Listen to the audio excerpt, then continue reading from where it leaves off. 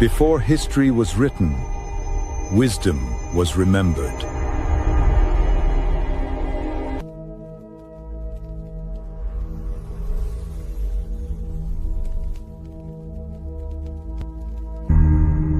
When the matriarch speaks, time listens.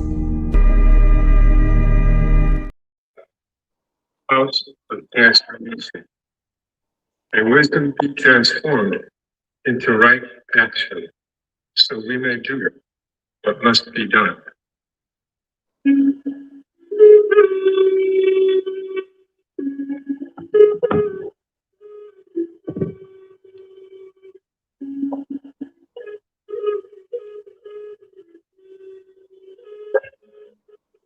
Lafayette, peace and blessings.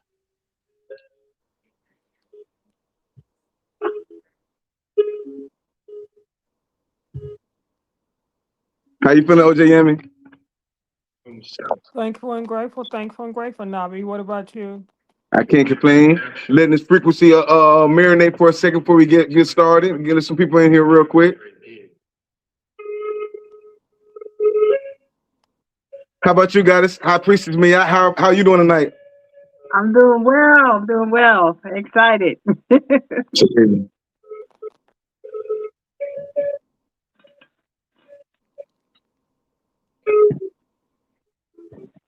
Oh, Jamie, that was a beautiful frequency you just sent me, and like a healing flute energy. Tonight is Well, that's the Matriarch prayer Monday. to the 7 directions. I say. Next time I'm gonna play it on the That's speaker. the prayer that High Priestess Maya always plays. It's the prayer to the 7 directions. Oh, you know that prayer by heart, guys? No. Okay. Well, maybe I do. I've heard it so many times, but no, I can't say I do. Well, tonight's Matriarch Monday, and I titled this one the Mother Culture because we have a very, very special guest brought to us by OJ Yemi, and it's High Priestess Mayat. High Priestess Mayat is a well-traveled goddess. She's been a little bit of everywhere, and more than anything, I've noticed that a lot of subjects, a lot of things are getting what's the word, popular now, right? Especially when it comes to talking about ancient Mesoamerica and things of that nature. And one of the conversations we get pushed out on a lot is when we start talking about olmecs and things of that nature. Anybody can talk about it. They don't care if the white man talks about it. Anybody can talk about it, but the second we talk about it, it's a problem. So I really wanted to tap into you with you tonight, because not only have you tapped in and went to these different places, went to the pyramids, you also took the time to learn from some of the greatest, Dr. Winters himself, to name one of many. But just the amount of knowledge that you have, I've spoken to you a couple of times now, and like I said, I'm super excited with the knowledge that you have. You know what I'm saying? So, please introduce yourself to the community for us. I say so. It definitely is an honor to be here.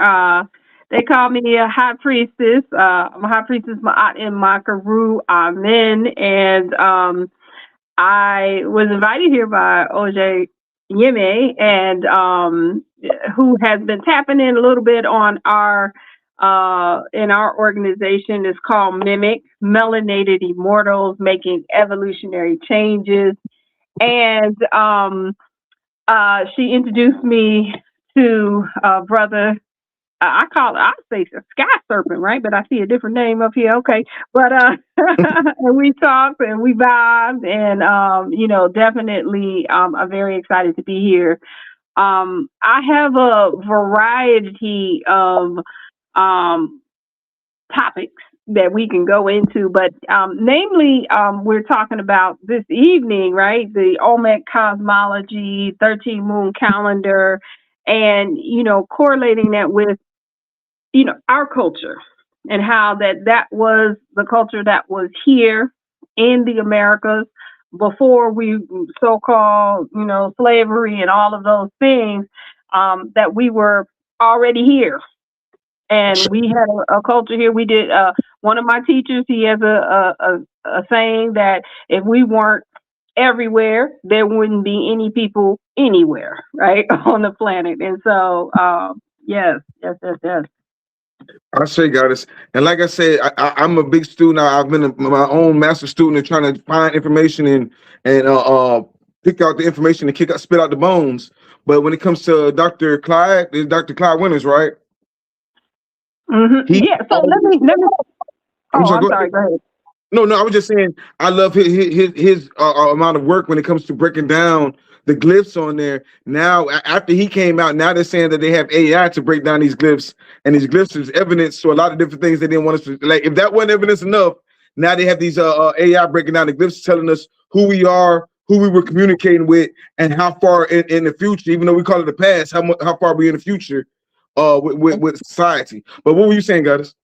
I say, yeah, what I was gonna say is that okay, so Dr. Clyde Winters, he was the first person I heard that was able to decipher the Olmec language and like even the names on the back of the helmet.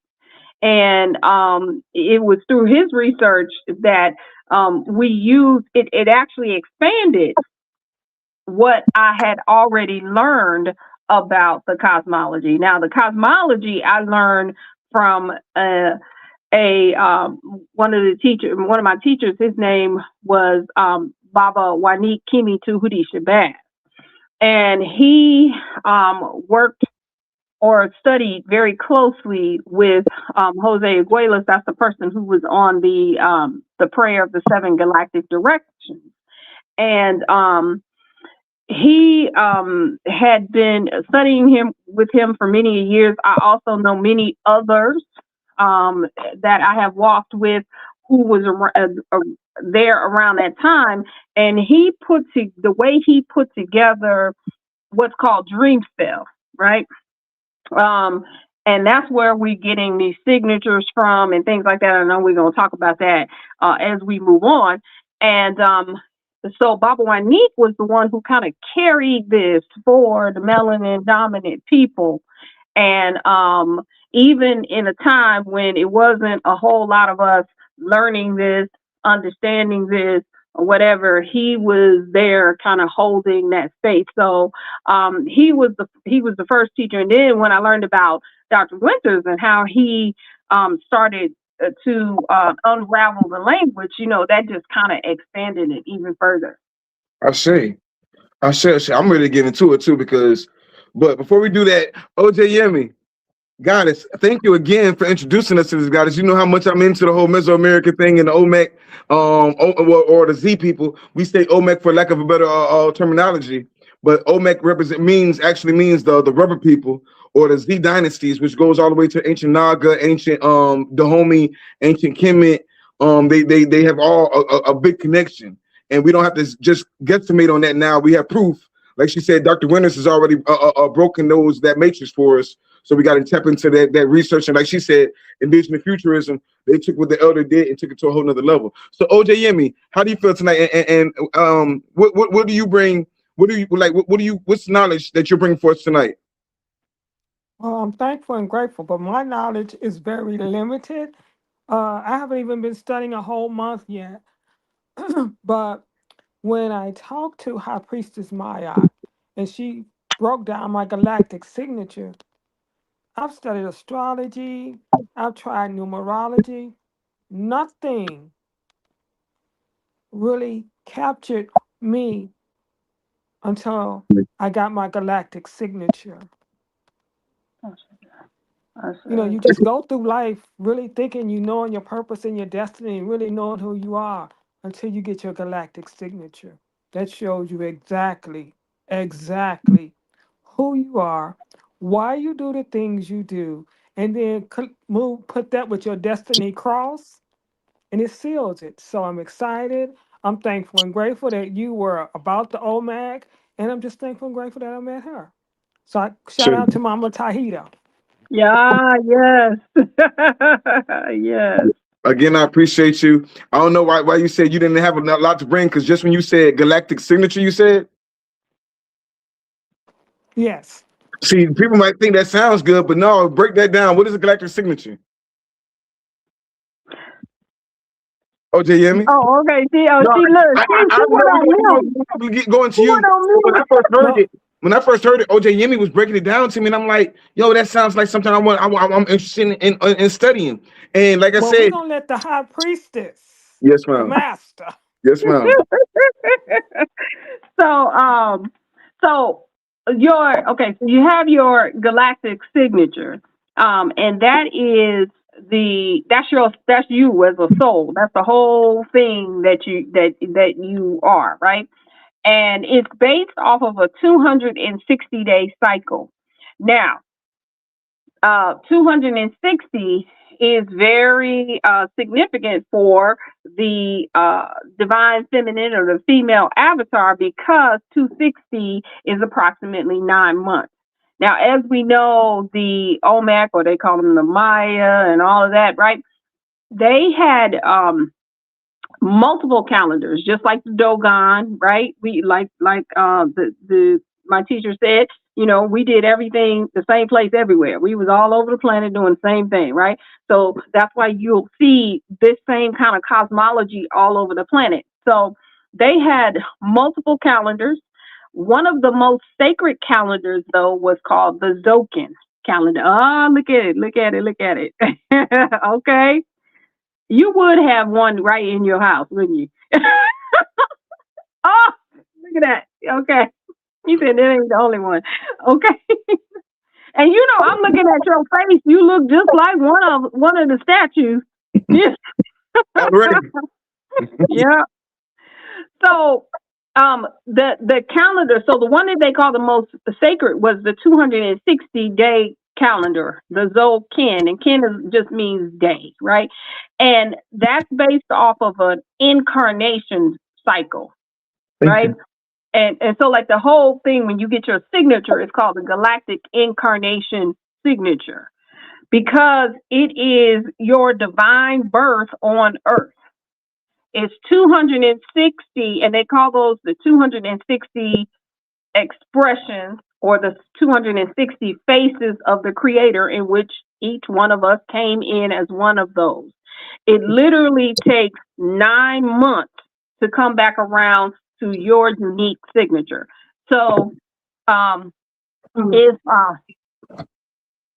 so, whatever your signature is, whatever day or Zokin it lands on, it's not going to come back around to that until 260 days. It's going to go through a whole gestation cycle, right? So, so it's different than like astrology, right? So, like your signature, if you were born, like I was born November 26th, right? I'm a white galactic wind. And so on November 27th is no longer the white galactic wind, and it's not, they're going to have a whole different signature. It's going to take 260 days to get back to a white galactic wind. It might be another wind, but it's not going to be galactic. It's going to be solar, or it's going to be magnetic. It's going to be a different one, right? And so that's kind of what makes this a little different because it's based on, we call it your incarnation cycle. Within that incarnation cycle, right? Before I go there, let me say this. There are 20 archetypes. Archetypes are just like deities, Orishas, Applesong, Loa, Netheru, right? You'll see the same attributes in those in the 20. I have a little story about how my name, before I knew my signature, my name is almost exactly my archetype to the T, right? The meaning of my name, I am Makaru, is the white galactic wind. I can go and break that down to how that is the same thing as the white galactic wind. So there are 20 archetypes. There are 13 what is modernly called tones. Those tones, are like functions. So each of the archetypes have a function, right? And you literally get to go through all 13 of those functions. Now, as we know, 13 is a feminine number as well. Why is that? It takes 13 days for an egg to mature. On the 14th day is released.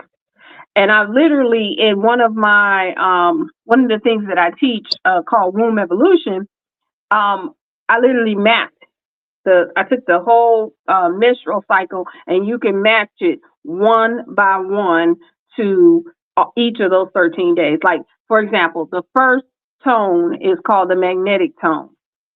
The magnetic tone unifies everything and starts to attract a purpose, right? On the first day of the menstrual cycle, you can feel what it feels. You about to come on your cycle because you can kind of feel something going on down there, like, or whatever. It's literally starting to unify all of that the walls of the uterus are about to break down. And if you go tone by tone by tone, you will see how those, like, for example, you always hear women on that second day of the cycle, right? What we always complain about? We got cramps. It's heavy. It's a heavy cycle. The second tone is the lunar tone, and that's the tone of challenge.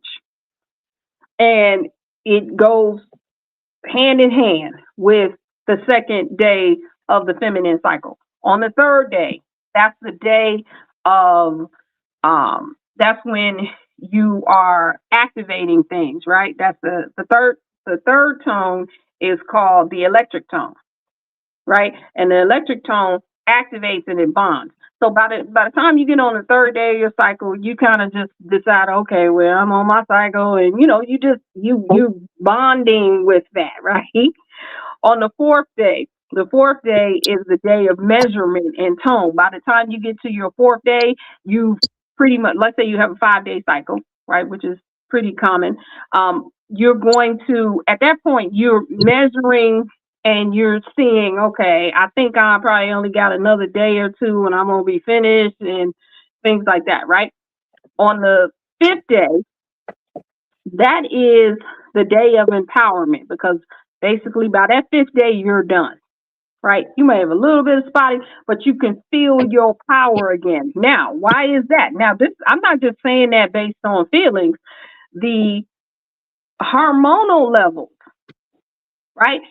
Estrogen and progesterone are, and other, you got the luteinizing hormones and all of these different hormones. I won't go into them, but let's take estrogen, progesterone, right? Those are also changing at the same time. So on that fifth day, that's when now the estrogen and progesterone levels are at a level where you start to feel better, right? That it's the uterus is almost, not quite, fully, the walls are almost back to their full status, right? And so then you go to the sixth tone. The sixth tone is where now things are in balance, right? And on the seventh day of the menstrual cycle, that's the day where basically those progesterone levels and that progesterone and estrogen levels are in balance, right? So it's literally these tones are following that same cycle, right? On the eighth day, that's the galactic tone. That's the day of integrity, right? And as we know, integrity is not just being honest, but it's also being sustainable. That's also having a firm structure and a firm foundation. On the eighth day of the menstrual cycle, your uterus is fully restored. It's fully, everything is, the lining is back up and is literally in its integrity. It's at full integrity.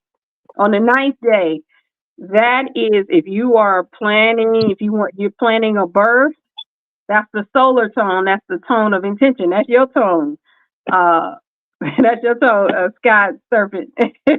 And that's the tone where you set the intention of, what this is going to be. Are we going to have a baby or we not, right? So, that is the beginning of when it's almost perfect for the implantation of the sperm, or the implantation of the sperm to the egg. On the 10th tone is the planetary tone. The planetary tone, it says, is the planetary tone of perfection. And literally, the hormonal levels, the uterine status, the uterine structure, and all of that stuff, it's, they say on the 10th day of the woman's menstrual cycle is when it is perfect for implantation. Now, how did they match this up, right? This is synchronicity. They didn't go and match this up. It was already like that. These 13 tones were already in place, right? Then you have the 11th tone. The 11th tone is the tone of liberation, right? That's another good day for the implantation of an egg. When you get to that 12th tone, now that's your wife's tone. That's the tone. That's it. At that point, if it ain't no sperm in there and the egg is not fertilized, it's not gonna happen, right? That's the tone of universal cooperation. That's the crystal tone. And that's the one that's dedicated to whatever it's going to be. Like either we're gonna go into and have another menstrual cycle, because then on the 14th day, that's when you start going into ovulation again, right? So that 12th tone is where it's gonna make the determination of whether or not there's the egg is fertilized or it's not. And then on the 14th day, on the 13th day, that is the day that everything it's the 13th tone is the tone, it's the cosmic tone, right, where you have transcended everything. You have gone through this whole 13-day cycle, and then you're able to transcend and go to the next level, right? And so it's literally a match. It hormonally, scientifically, spiritually, mentally, and so there's a lot to it. So this cosmology is really it is based off of a feminine cycle, a feminine system, going from the 9 months, going from the 13 tones. So it's pretty profound. I really enjoyed making those connections. Yes, ma'am. And tonight, like I say, it's called the mother culture. And they call it the mother culture for that reason. And I know in some places in Africa, that's how they first were introduced to a time system altogether, through certain bones in the woman's menstrual system cycle. Yep. Also, and one thing about it, they really hide. They go out their way to hide a lot of statues that are from that Olmec civilization, for lack of a better word. But outside of the ones that they're hiding, the ones that they do have out and about have words on the back of them, or glyphs on the back of them. Some of the glyphs are Potu, pure one, obedient to the law. Tatatu, true jaguar paw, one who is the supporter of the mystic order and obedient to the law. That means one who's obedient to the law, that means they're obedient to something higher. And once you start getting into the glyphs and what these glyphs are telling you, they're talking to something powerful. They're talking to something way greater than, mind you, also this is 3,000 years before Christianity, Christianity or so-called Islam. Yep. So I want to say, like you said, all this was going on at the exact same time, around the same time that they were having the whole situation in Anunnaki. And they even attribute Quetzalcoatl to Inky. I'm familiar. Yeah, I've heard all of the I've heard all the prophecies and the stories about the Anunnaki and Well, the only way I get into it, and it's getting hot. It's crazy. The weather's been so crazy down here lately. The only reason I got into it was the stones. I'm real big on stones, right? And I'm studying stones, and I live in Florida, so a lot of different people live down here, and they started coming to me and say, "Yo, you remind me of this entity. You remind me of that person, or whatever." And one of the this is one of them. She actually gave me. She said, "I reminded her of these people right here. This is what she said I am to her people." Oh wow! Oh, wow. When Look you at that in his the red sky, because you the Skywalker, you the solar Skywalker. That's what's up. here it says the crown dancer. Mm. Now in this book about pretty much everything you're saying. One thing I love about this culture, and this is why they try to hide the culture from us, is because it keeps us busy. Every day has an intention, like you said. Every day has a purpose or a tone. A tone is a frequency, a frequency vibration. A vibration is action. You know what I'm saying? Mm-hmm. So every day Okay. something. I loved how OJ Yemi broke it down. OJ Yemi broke it down to me one day. She was like, "Yo, this day you need to." From my understanding, I might not have comprehended it, but the way it hit me was like, "Yo, every day you have action to go out and do, whether it be a charity action, whether it be a gardening action. They gave you something to do, and like you said, every day your job changes. I say. And that was gardening and everything else. Po Bay Fay, Po Bay One Pure, two Jaguar Paw One, Tata One Jaguar Paw, El Rey, and Yepo Master of Snakes. El Rey is the king.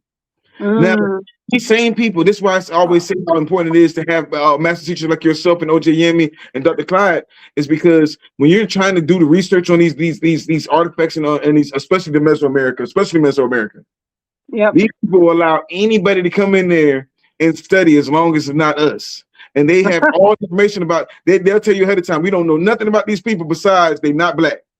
We know they're not black. We know there's no connection between them and Africa. We know there's no connection between them and the indigenous people already in America. They're not black. They're Australians. They are Asians. Listen, people, but they don't realize that we have cell phones right now and we can look at maps. And 3,000 years ago, Florida was way bigger than what it is. And still, even with Florida being as small as it is right now, it's not as far away from Mexico as we put on. We can literally get on and swim to Mexico if we weren't worried about Trump shooting us out the air. You know what I'm saying? But all those that 3,000 years ago, when you didn't have these imaginary lines, it's actually really, they'll tell you that Chinese people came way from China to Veracruz in the east coast of Mexico. Make it make sense. The east coast of Mexico, somehow China came all the way over through all this, but not the indigenous Americans, not the indigenous. And I keep bringing this up that we have to use rational sense. We can't listen to the white man's logic or the six ethers logic at all. When they say they came over here and they did this and they did that and they brought slaves, because if they brought slaves, especially to places like Mexico or Haiti or all who were they fighting with? If they brought them to Puerto Rico, who were they fighting with? If they brought them to Colombia and all these different places, who were they fighting with? They were already fighting with indigenous people down there.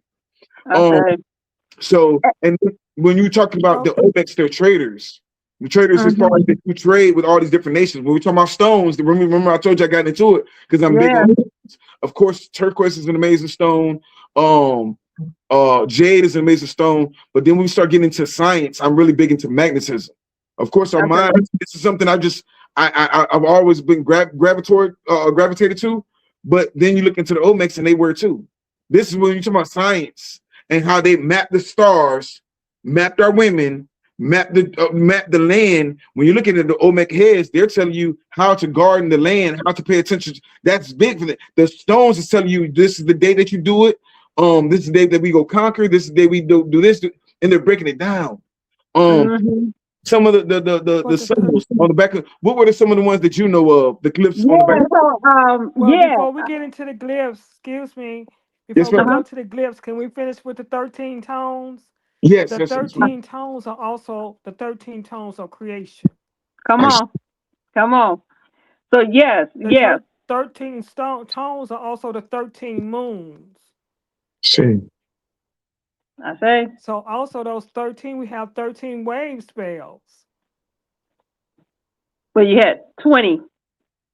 20 wave spells, but each wave spell is 13 days.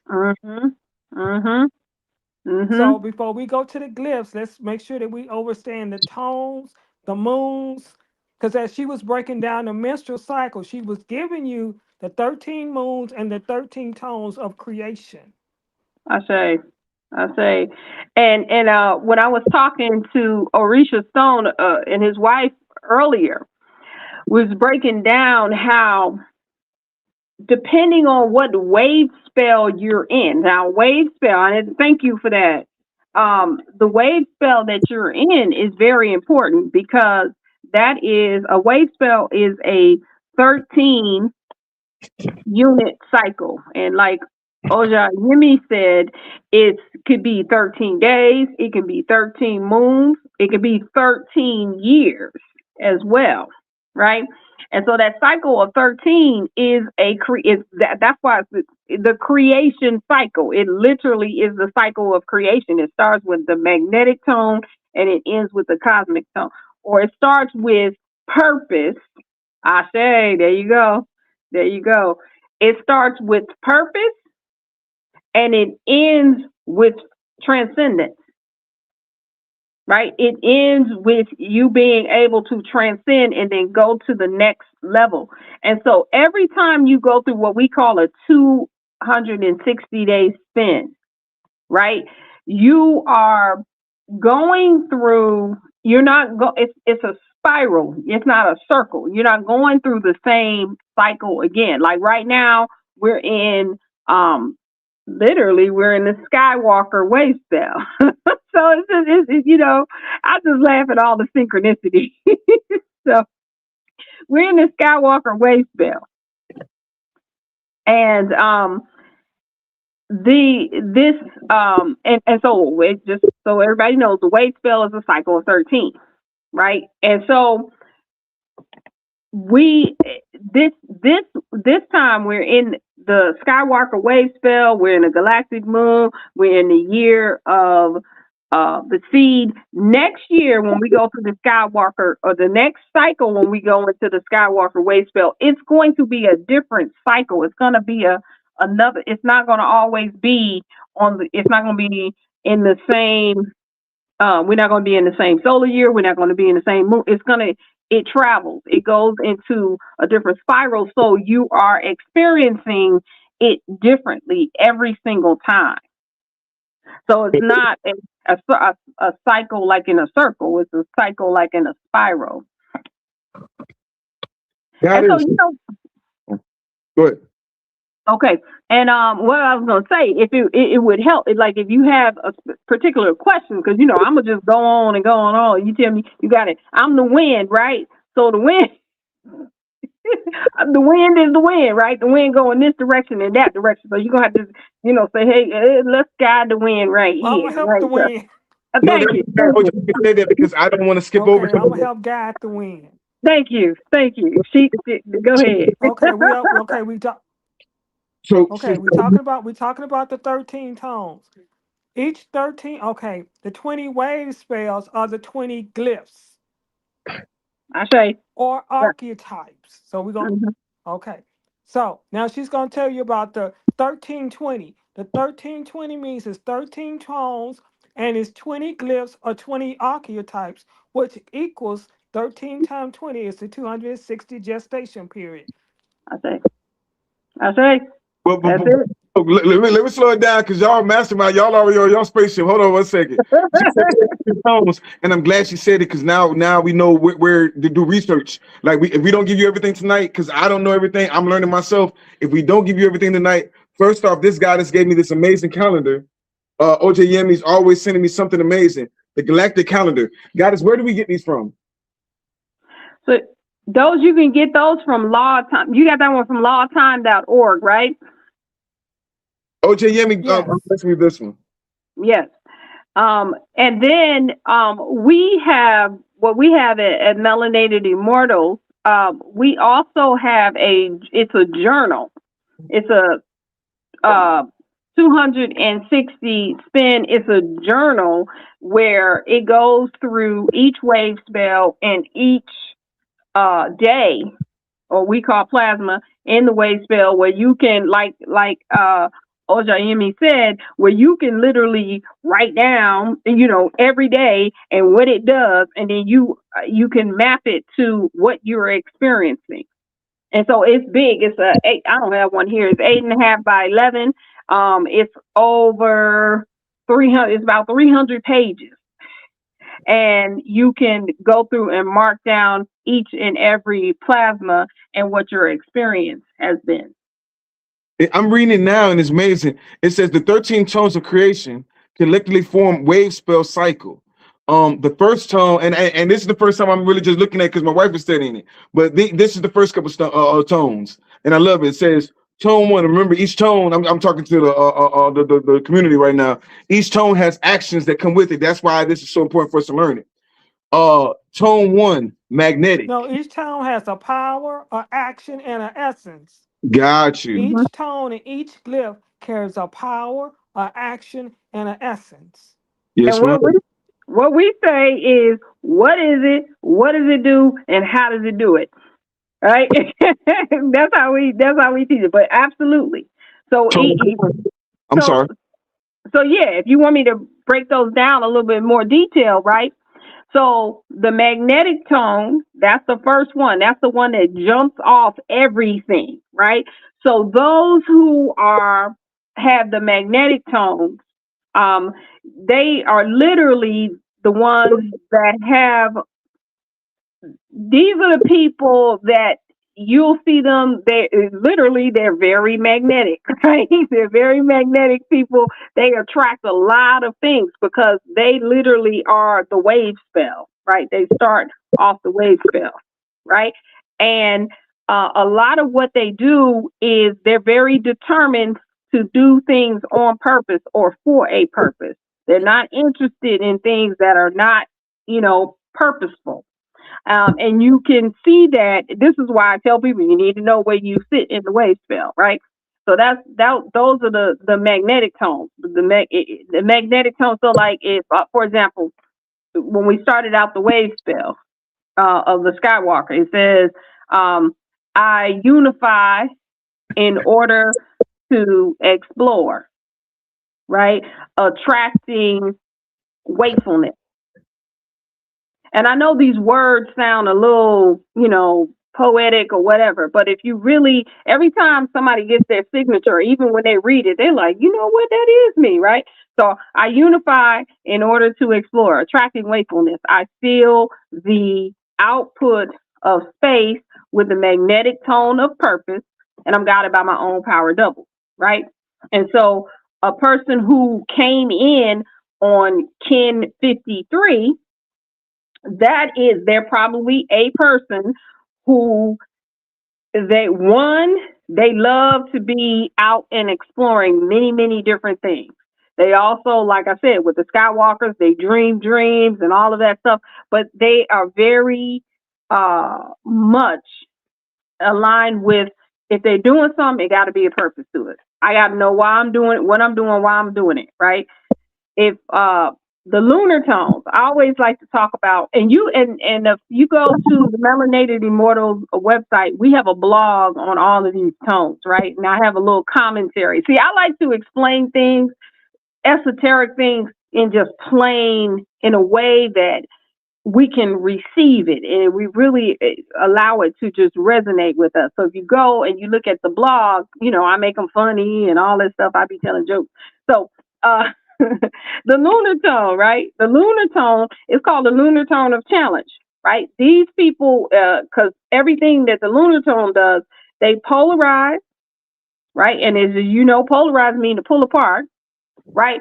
But if you pull things apart, you're supposed to put them back together. So the lunar tones polarize and they stabilize.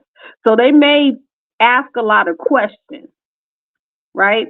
So sometimes the way they ask questions, people may feel offended.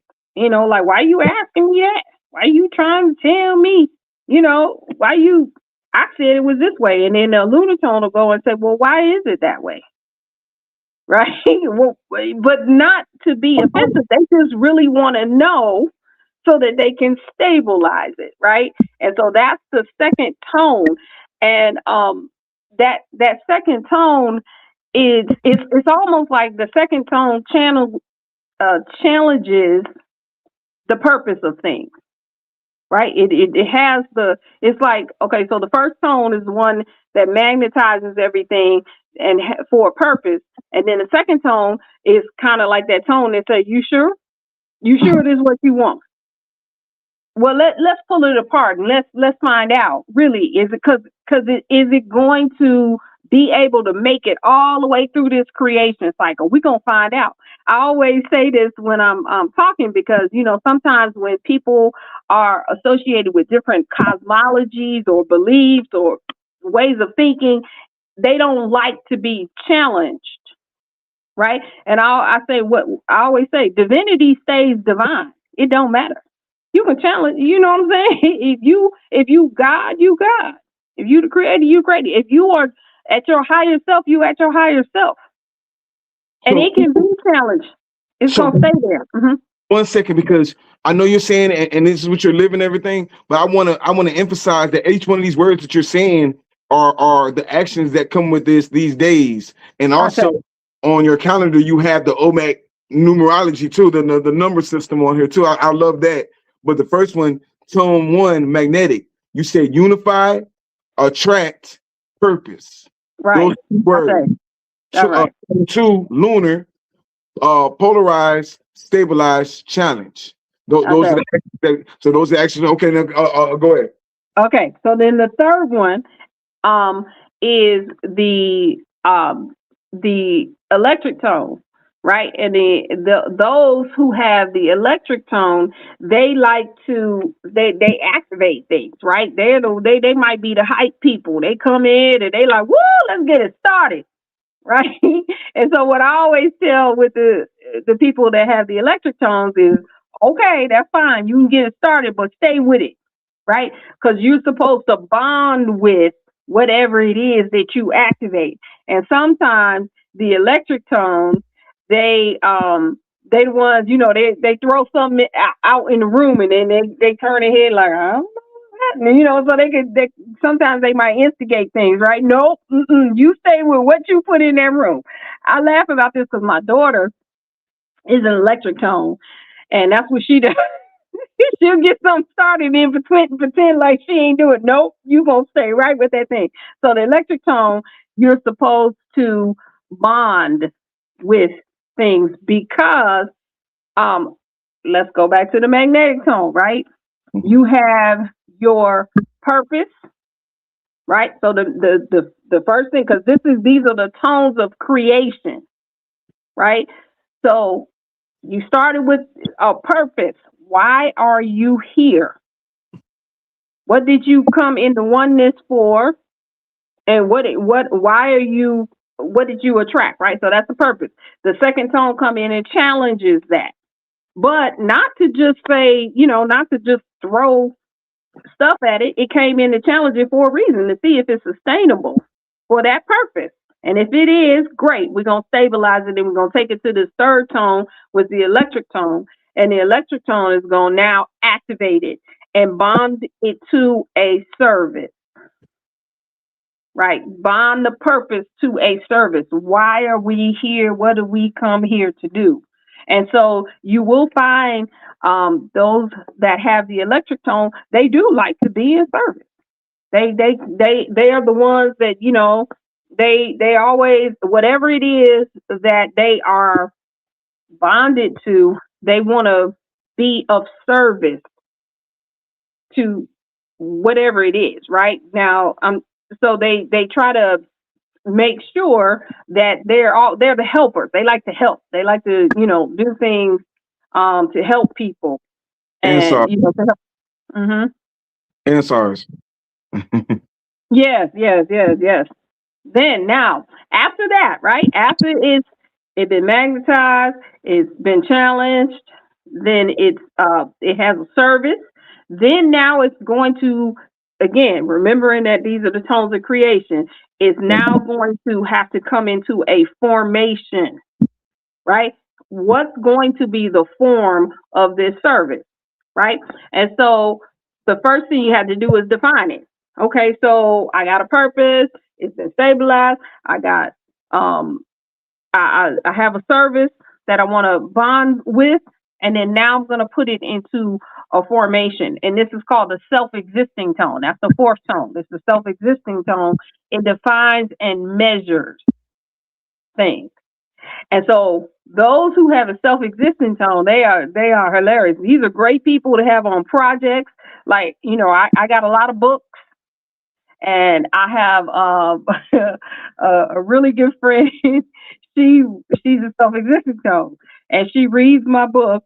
And then if there's one typo, oh my God, I gotta hear it because them self-existent tones, they like they T's crossed, they I's dotted, and they don't want to see nothing wrong. And then if they do, they're gonna make you rethink your life and all of that, right? So but they're very good for that. If you really want to make sure everything is precise, because they're natural measurers, right? And they need to know how do you want this? Is this going to be? You can't come to them and you haven't decided if you want, like, I'll use the example of my book. If you don't know if this is going to be a 6x9 or a 5x5, type book, you have to tell them, because they will go off on you, right? If they need to be able to measure what they're doing, right? It has to have a form. Then the reason for that is because when you get to that fifth tone, the fifth tone is the tone of empowerment, right?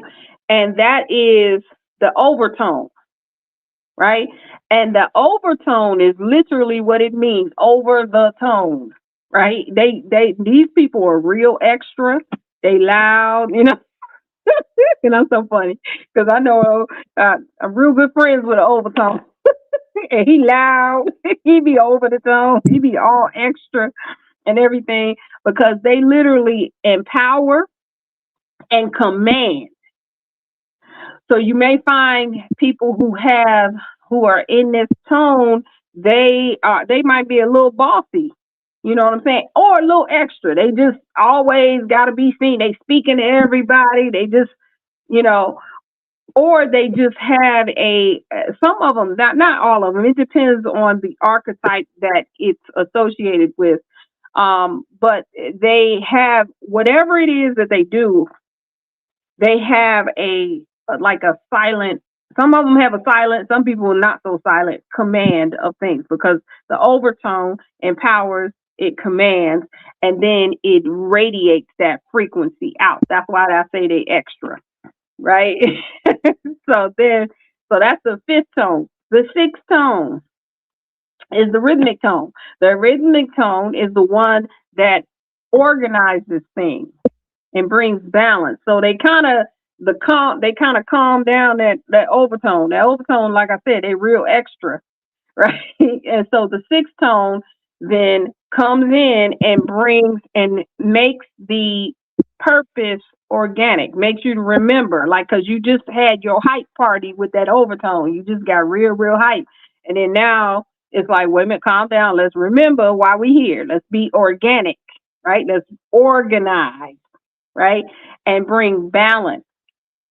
And this tone also is the one that, it just, like I said, it kind of calms things out. So sometimes those who have the rhythmic tone, you may see them have a sense of how to balance things out. They make good negotiators, good people that kind of are mediators and things like that, right? So that's the rhythmic tone, right? Yep. If you go to melanatedimmortals.com and go to our blogs, that's where you can find information on all of the tones and the archetypes, right? And each other archetypes. Now, real quick, tone when you say tone, automatically that already stood out. And you said tones of creation. And we're talking about the mother culture and everything else. And this is things that they did every day. Everybody had a system and everything else. It's one of the reasons that they synchronized so good, got so much stuff done. But in tone 6, you said that's the rhythm tone. And then I read in there, it says, music is beyond life, and it rules life. From music springs all life. The whole creation exists in rhythm. And in general phrase, it may be said that there is one common source of human disease, and that is the disorder of rhythm. That's some next. When I was about to go talk about the cliffs and magnetism, I wasn't even on this part right here. I was literally talking about the lodestones and different kind of magnets they were using These people were masters of magnetism, and they knew exactly what we were talking about. When we talk about tones, frequencies can move stones. They know this from ancient Okay. people. That's why they use lodestones and granite. But I'm sorry, go ahead. I say, and like you said, that with that rhythm, right? Remember, I said that rhythmic tone, it makes you go back to the origin, right? It says, go back to, organs and origins, original, organic. You see what I'm saying? These are all those root words are all very similar. And so after you done gone and like I said, that overtones, right, get you all hyped up. It says, okay, great. Now we're about to go into this next phase, right? Where we're going to bring balance to this and we're going to now organize things, right? Then on the seventh tone, we're going to attune to what the purpose of this, where we start. We're going back to tone number one. Everything is going to go back to purpose. Everything, whatever this wave spell is doing, it's going to take you back to the purpose. So that seventh tone is the tone of attunement, right? And so the seventh tone is the one that channels the whole wave spell, right? So for example, in this particular wave spell, right, the seventh tone channels the whole wave spell of the Skywalker, right? And so those who have the seventh tone, they have a very interesting role because they tune into, like you're talking about this music, they tune into the frequency of whatever that wave spell is doing. They're literally channelers of it, right? They move in, it says inspiring things, right? It's if you break down the word inspire, it means in the spirit of, right? So if we were on the seventh tone, the resonant, that's the resonant tone, right? We would be in the spirit. We would channel the spirit of the Skywalker. Or we'll be channeling the spirit of whatever wave spell we're in, or what the purpose of what we're doing. We're going to be in the spirit. We're going to attune to that. That's a great day. That's like the seventh day. That's like the Sabbath, right? So a lot of I joke around and I say the people that have the seventh tone, those are the peace and blessings people, right? Those are the people they just they walk around with their mudras and peace and blessings, right? Because they're real spiritual, right? They're real spiritual because they literally are in the spirit of whatever wave spell they are channeling. And it's funny, I know quite a few people who are the resonant tone. Something that's real interesting about them is they are the only ones that have we were talking about the Destiny Cross, which we didn't go into, but the Destiny Cross, the emotional body in the Destiny Cross of everyone has a different frequency, right? It has a different tone. It has a different frequency for most people, except the resonant tone. The resonant tone, all of their five bodies have the same tone. And that's why I say they're the peace and blessings. So they literally Bodies. Huh? I'm sorry to cut your wisdom, but you be saying it and you say it so casually, like everybody. When you say five bodies, what do you mean? Okay, so five bodies. So you have so for example, I'll use my archetype. I'm the white galactic wind, right? So my soul body is the wind. I'm guided.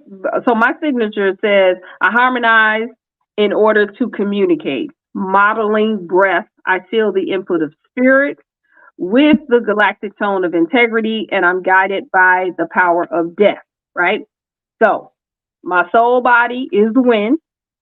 That part that says I'm guided by the power of death that's the world bridger. You just, I know it's a lot, right? But death is the world bridger.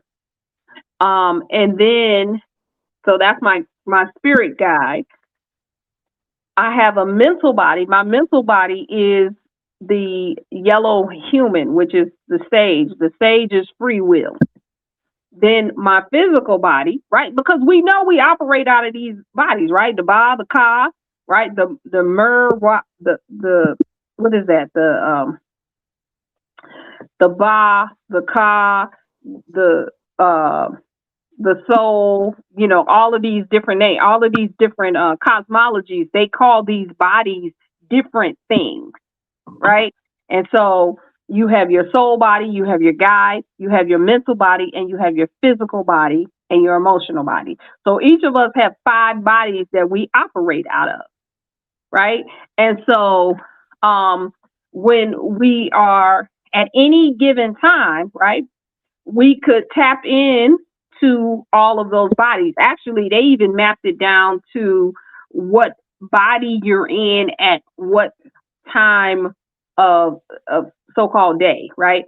Now, I I think you can tap into them at any time, right?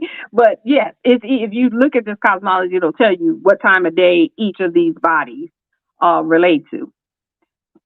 So also, depending on what day it is, that tells you what body you're in, right? So today we're on Kin 62, and we're in, which is the white planetary wind. So for me, I'm in my spirit body. For you, Orisha Stone, you're in your physical body. For Ojayimi, yellow, so she's in her emotional, no, I'm a mental body today. Now, how did you come into that? Okay. So you got red, white, blue, and yellow, right? Red initiates, right? Red initiates, white refines, blue transforms, and yellow ripens, right? So depending on what your archetype is. So you're the red Skywalker, I'm the white wind, Ojayimi is the yellow seed, right? So Yes. depending on, so our destiny crosses are have we have different, we everybody has all these four colors, right? But they're in different positions.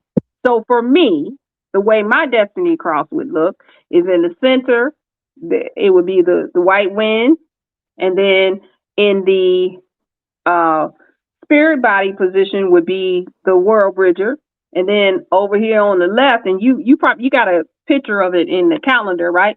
On my left side would be the yellow human, and then on the right side would be the red earth, and then below would be the blue storm.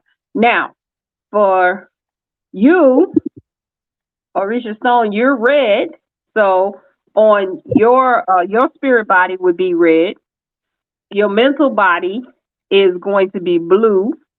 Your emotional body is yellow, and then your physical body is going to be white.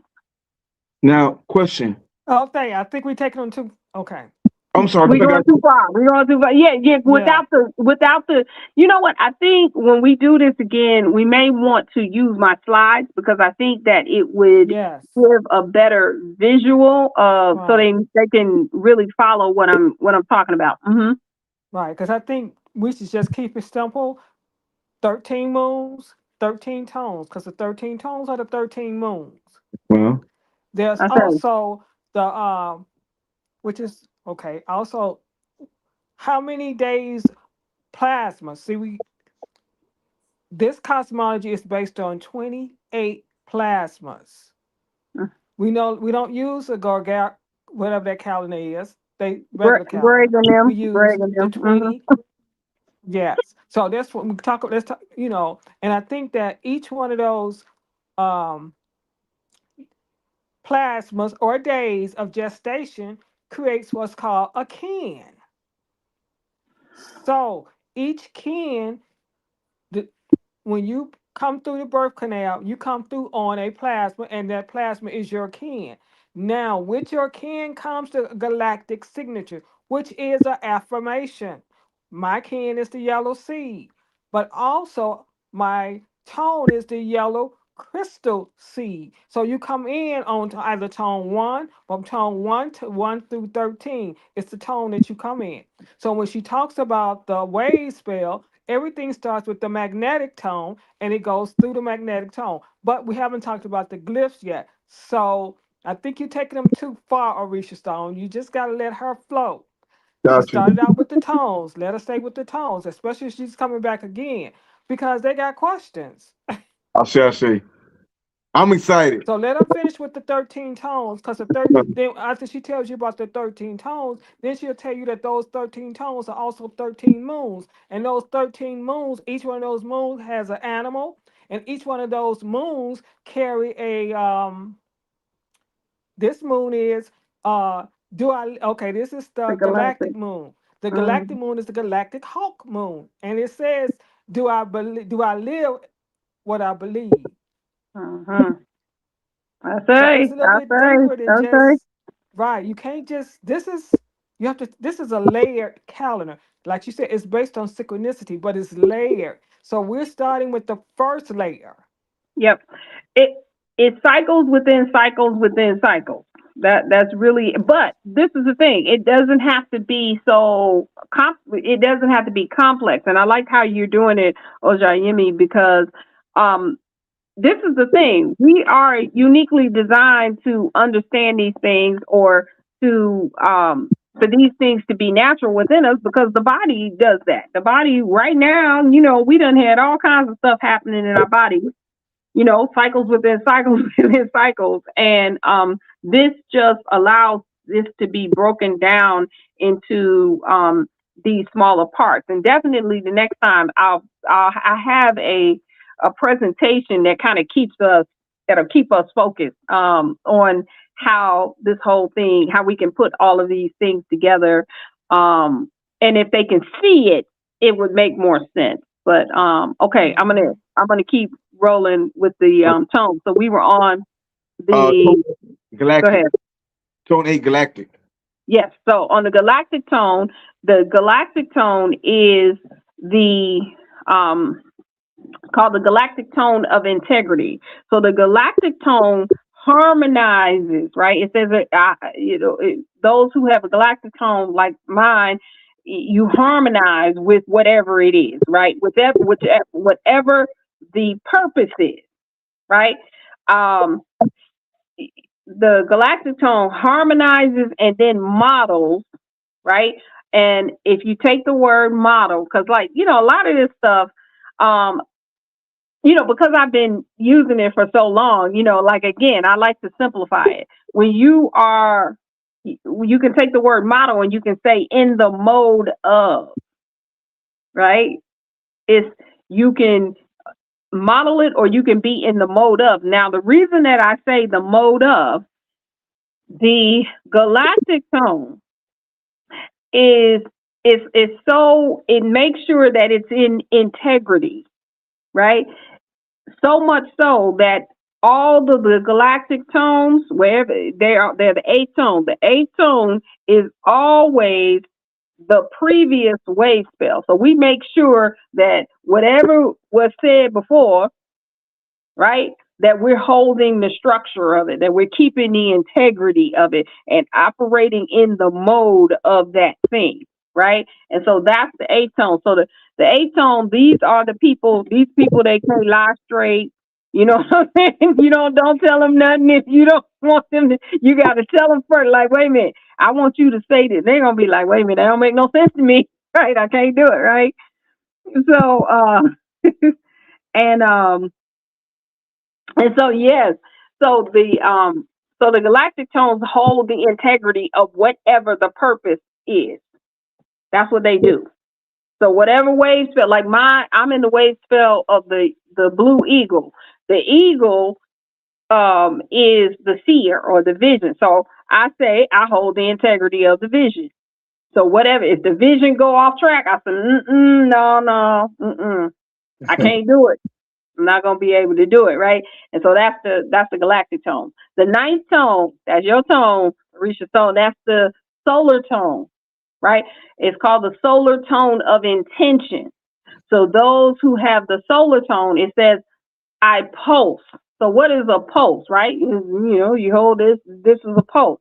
And so I call a pulse active observation, right? So sometimes, like I said, with the solar tones, y'all might, somebody say, hey, Orisha Stone, come on, let's go, and boom, boom, boom, boom, boom. Now you might do it because you read, but we're gonna talk about that in a minute. The red, they don't they ready to get started at any moment. But sometimes you may just sit back and say, well, I don't know. Not yet. Let me see, right? Because you pulse. The solar tones pulse and then they realize what the thing is. Why? Because they are fully intending on meeting that purpose, right? So you guys take it seriously. Whatever it is that you're gonna do, you truly intend to do it. And so sometimes with the solar tones, I joke around with them too, because they're like the ones. I don't know. Let me see. I'll see first, right? Because you're really gonna set that intention. You really want to set that intention, and unless you realize what it is, you're not gonna do it. You might just kind of just keep watching it or keep actively observing until you understand what it's intended to do, and then boom. But when y'all get it, it's like an amazing thing. Um, the Then you have the 10th tone. That's the planetary tone. The planetary tone they call it the tone of manifestation.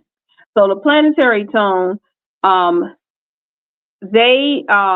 planetary tone is the one that says they literally produce. It's the planetary tone of perfection. So that's when I was saying, when I was breaking down the feminine cycle, right? The planetary tone is when I said the uterus is perfect for implantation on day number 10. That's the 10th tone, right? So the planetary tone say, I perfect in order to do whatever, right? Depending on the archetype, producing, boom. So these are the perfectionists. They love for things to be perfect. And so sometimes they might even beat themselves up because, the things might not be the way they want to, but these are the ones that they want everything perfect, but they produce. They're there. They just kind of like whatever it is, they keep, shelling it out, right? And when they do, it's perfect. It looks like it has no flaws, right? So that is the planetary tone. Then you have the 11th tone. The 11th tone is called the spectral tone. And the spectral tone is the spectral tone of liberation. And I like to talk, I always have to have conversations with my lunar tones and my spectral tones, right? Because they get a bad rap and sometimes they be acting up, right? Because the spectral tone, it says, I dissolve, right? In order to whatever, right? They dissolve and release. And it says, I dissolve in order to blah, blah, blah, releasing, depending on whatever the archetype is. And then with the spectral tone of liberation. So I always have to remind them that they are the spectral tone of liberation and not the spectral tone of disillusion, right? Because they like to dissolve things, right? They come in, they dissolve first and ask questions later. So sometimes it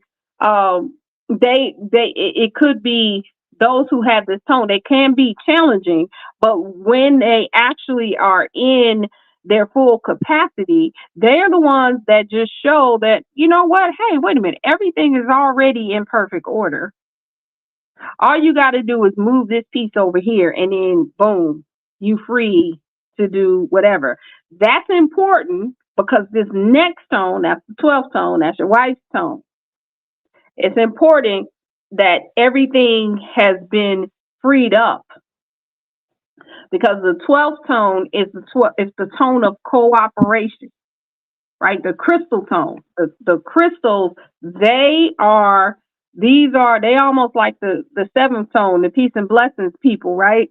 Because they dedicate. If you look at the etymology of that word goes back to being sacred.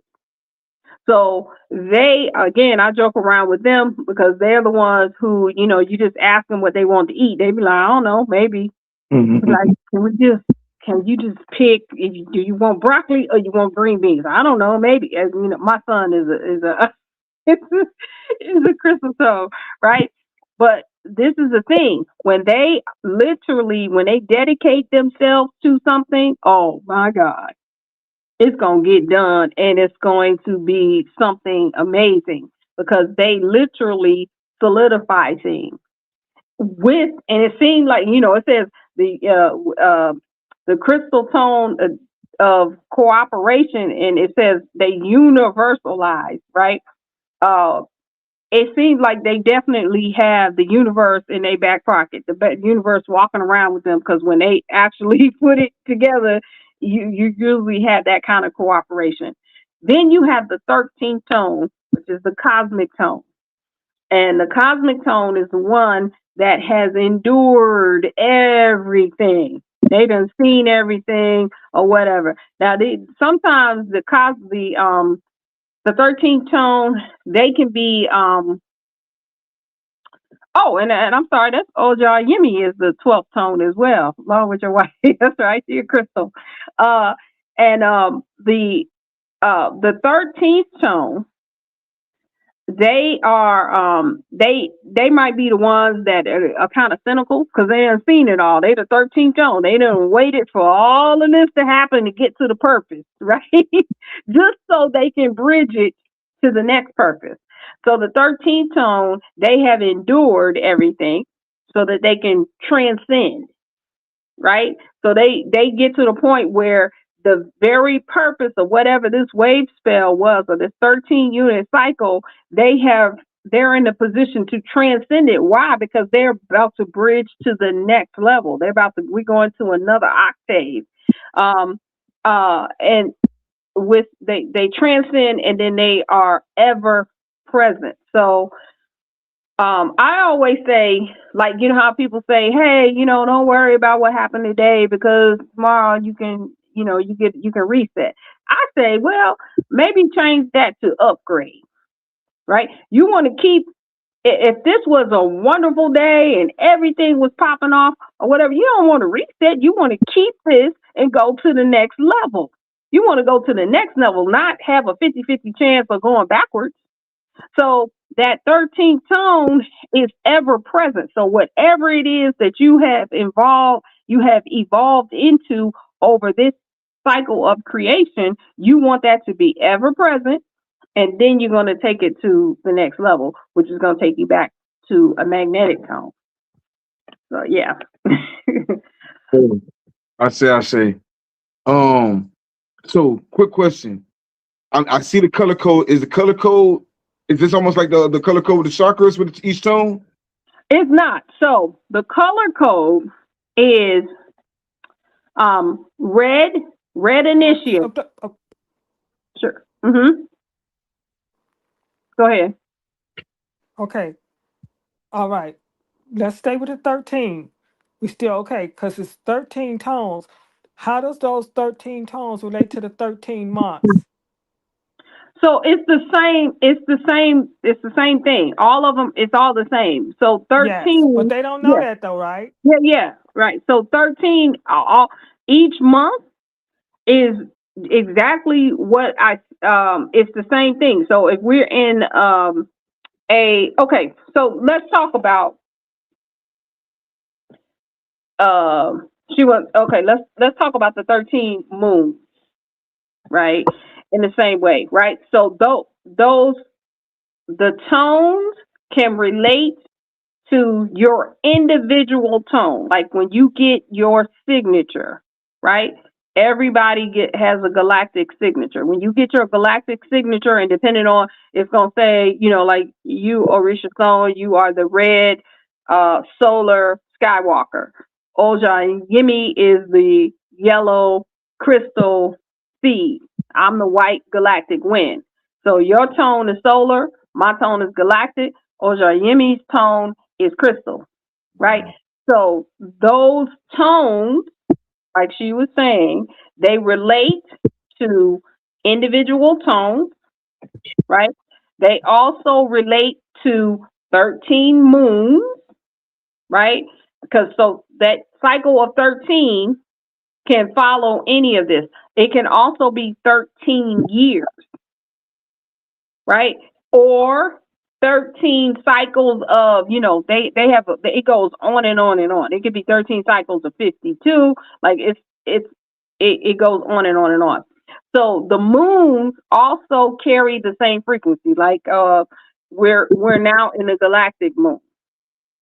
The galactic moon is the moon of integrity because it's the 8th tone, right?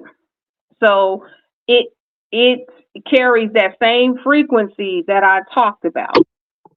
And when you're in the moon, the galactic moon, you want to think about how you are in harmony with the mode, of integrity, right? There are several different ways in which you can put all of this together, right? There are different perspectives of how you can make these things resonate with how you operate on your day to day, right? I see. So is that what you was looking for, Ojayemi? Yes. Also, how many plasmas are in each moon cycle? Each Okay. 13-month. How many? So Because in the Gregorian calendar is 20. Oh, right. got you. So the Gregorian calendar. If people don't know by now what that is, I call it Greg and them's calendar, right? So because Greg and them, Pope Gregory and them, they had the calendar that we use where this is January, but a month ago, I'm sorry, February. See, I don't even remember where we are. Okay. Back around Christmas time, right? We were in December, but everybody knows that deck is 10, right? So it makes you mess up your brain because deck means 10, not 12, right? Octo means 8, not 10. Nova is 9, not 11, right? So Greg and them got you crazy, right? And so they making you think you're crazy, but you're not crazy because what they did is they wanted everybody to pay taxes. This was back in the 1600s, and you can Google it. It's all it's common knowledge now. That back in the 1600s, they said we don't have enough money, and we want y'all to pay some more money, and we need it today. And so they said, well, great. It's the 17th. Now it's the 27th.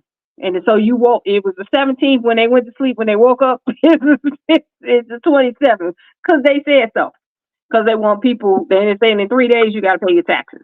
Right. So that's one of the first crazy things they did. Then the reason why Octo and in December and November and all of those are all pushed back, they no longer match with the actual number of the month is because Julius Caesar said he wanted a whole month, and that's why we have July.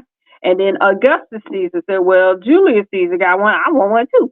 And so that's why we got the 8th month being August. So these people are crazy. And so what we say is you follow this calendar to, meet common objectives, to get paid and, to maybe for a meeting, but it's definitely not a calendar that you would really want to use for your spiritual purposes because one, what is it? What's today supposed to be? Monday? It absolutely is not Monday, right? It ain't Monday. It's probably, Sunday or Wednesday, right? We don't know because they done messed around with this calendar. So the 13th moon calendar, right? All you do is you have a guy that turns this wheel. You showed us the wheel, right? They turn the wheel every day. Now, let me say this. Dream spell. I want to say this because I'm the galactic tone of integrity, right? So, dream spell is not a calendar, it's a synchrometer. It syncs up the Julian, the Gregorian, and the Mayan calendar, right? So it's based off the Mayan calendar. The Mayan calendars, there are several of them, and they have different counts, right? So if you go and you look up the Quiche, they are not on this same count. Today is not 1062 for them, right?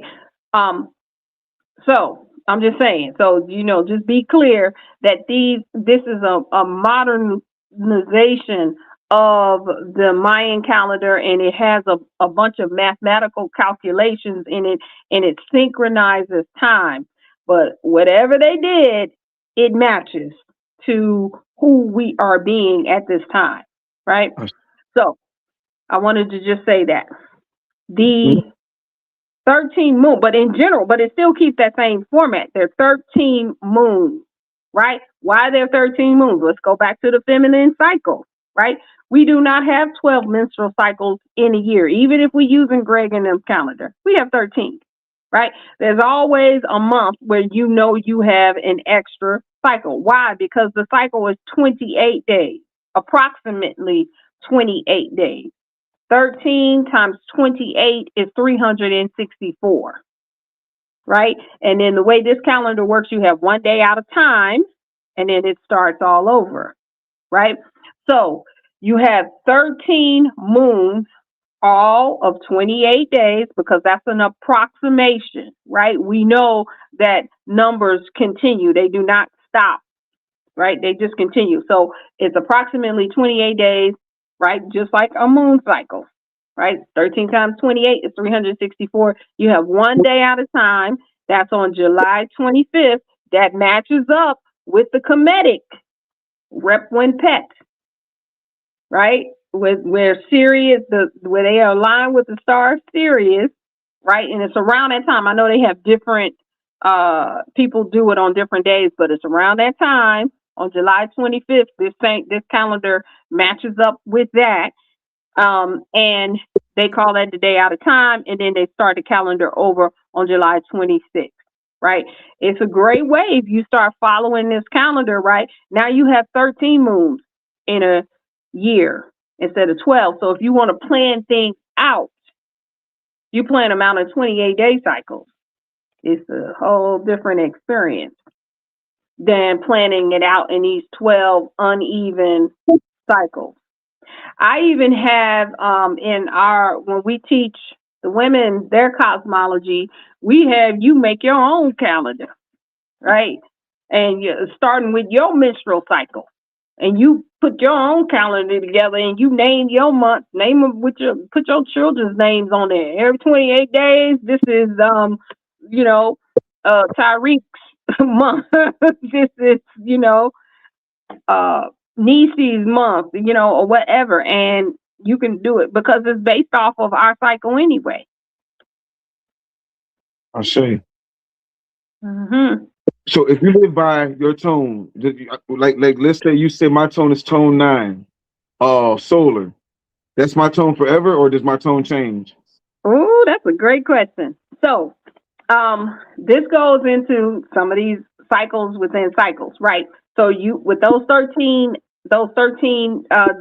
days, those 13 unit cycles, you also have a cycle that's 13 years, right?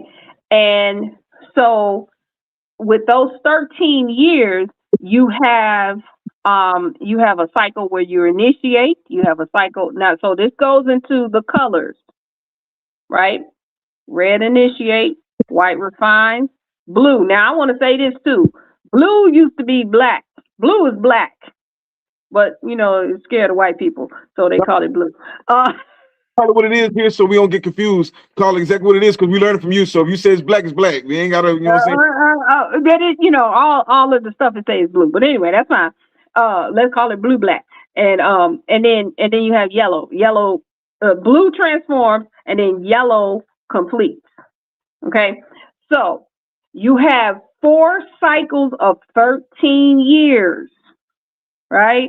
Now, in general, those cycles work like this. In general, I'm gonna tell you two ways. Again, like I said, you want to remember these are cycles within cycles within cycles. The first 0 to 12, that is when you are initiating. That's when you come into the world, and generally speaking, your parents are running the show, right? You are being initiated into the world. That's in general.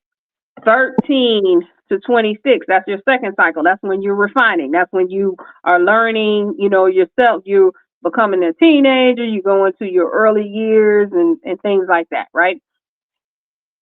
26 to 39, that's the third cycle. That's when you're in transformation, right?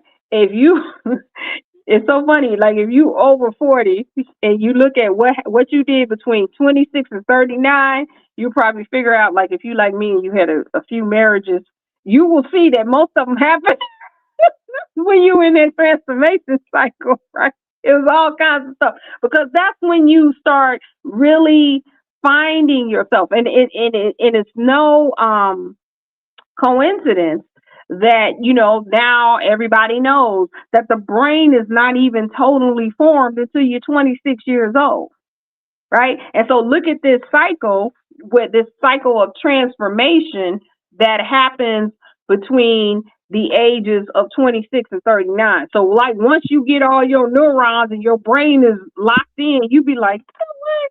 Because think about it, that's when you start. You know how sometimes when you're young, you'll have all these frenemies, right? You know how you go, and then you just stop hanging out with those people. They no longer, you know what I'm saying? You just stop doing it. You stop talking to people. You stop sometimes doing the things that you used to do that don't benefit you, right? That's that third cycle.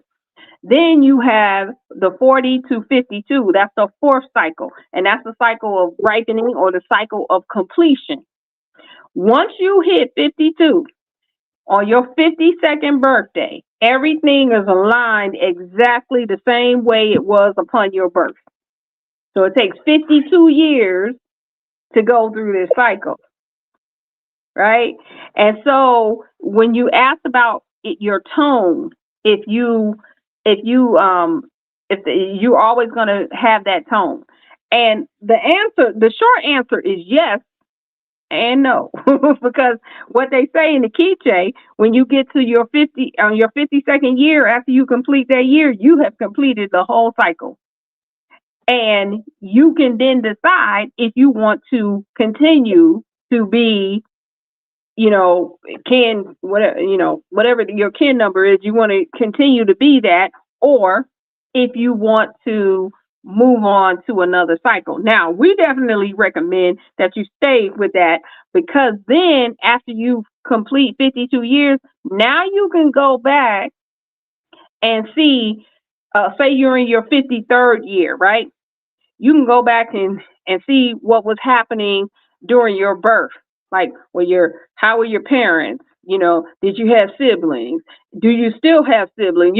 All of that. And then, like one of my teachers, he said, he was past his 52-year castle, and he said on his 8th birthday, he wanted a bike.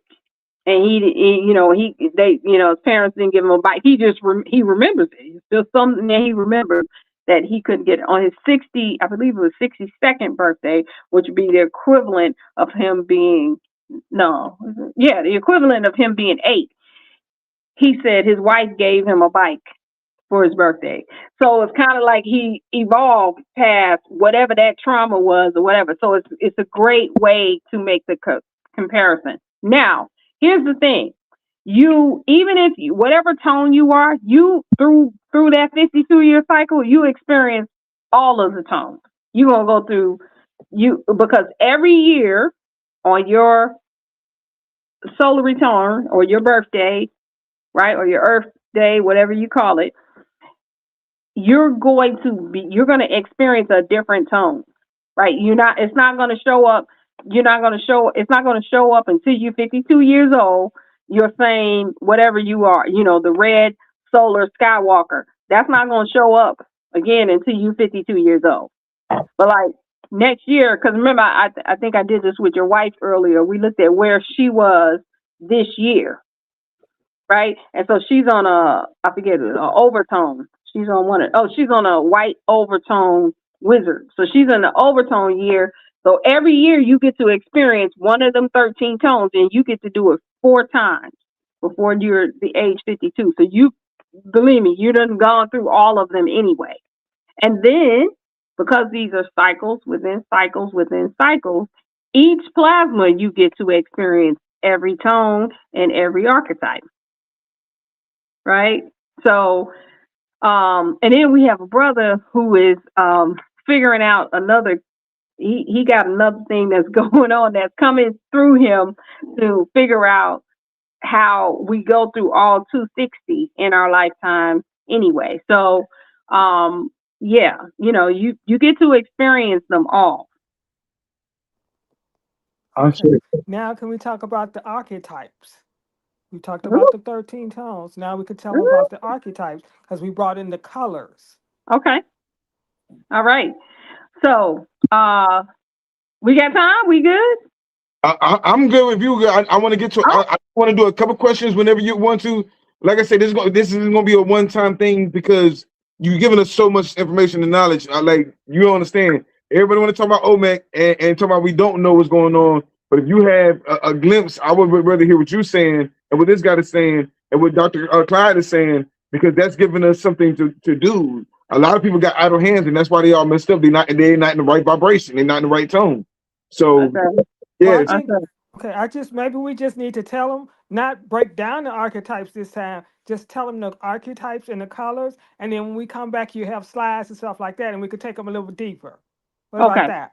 Okay, well, I'm gonna tell them a little bit. I'll say one-liners for the archetypes. Perfect. How about that? Okay, because I'm like, listen, I'm the wind. I communicate. So you get me to yapping, we're gonna be on here for a minute. That's fine. I'm good. But okay. So I'll say it's Matriarch Monday. Do as you please. Okay. All right. So the archetypes. So there are 20 archetypes, and just like I said, the archetypes are just like Orisha, Neteru, Loa, Applesong. They have the same attributes and qualities, right?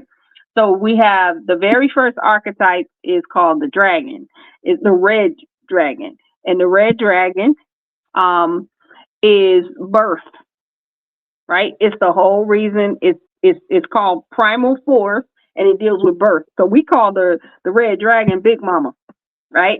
that's the cosmic mother, right? Because this archetype creates all the other archetypes. I ain't gonna go into it, but I'm just saying that's the dragon, and the dragon deals with birth or incarnation, right?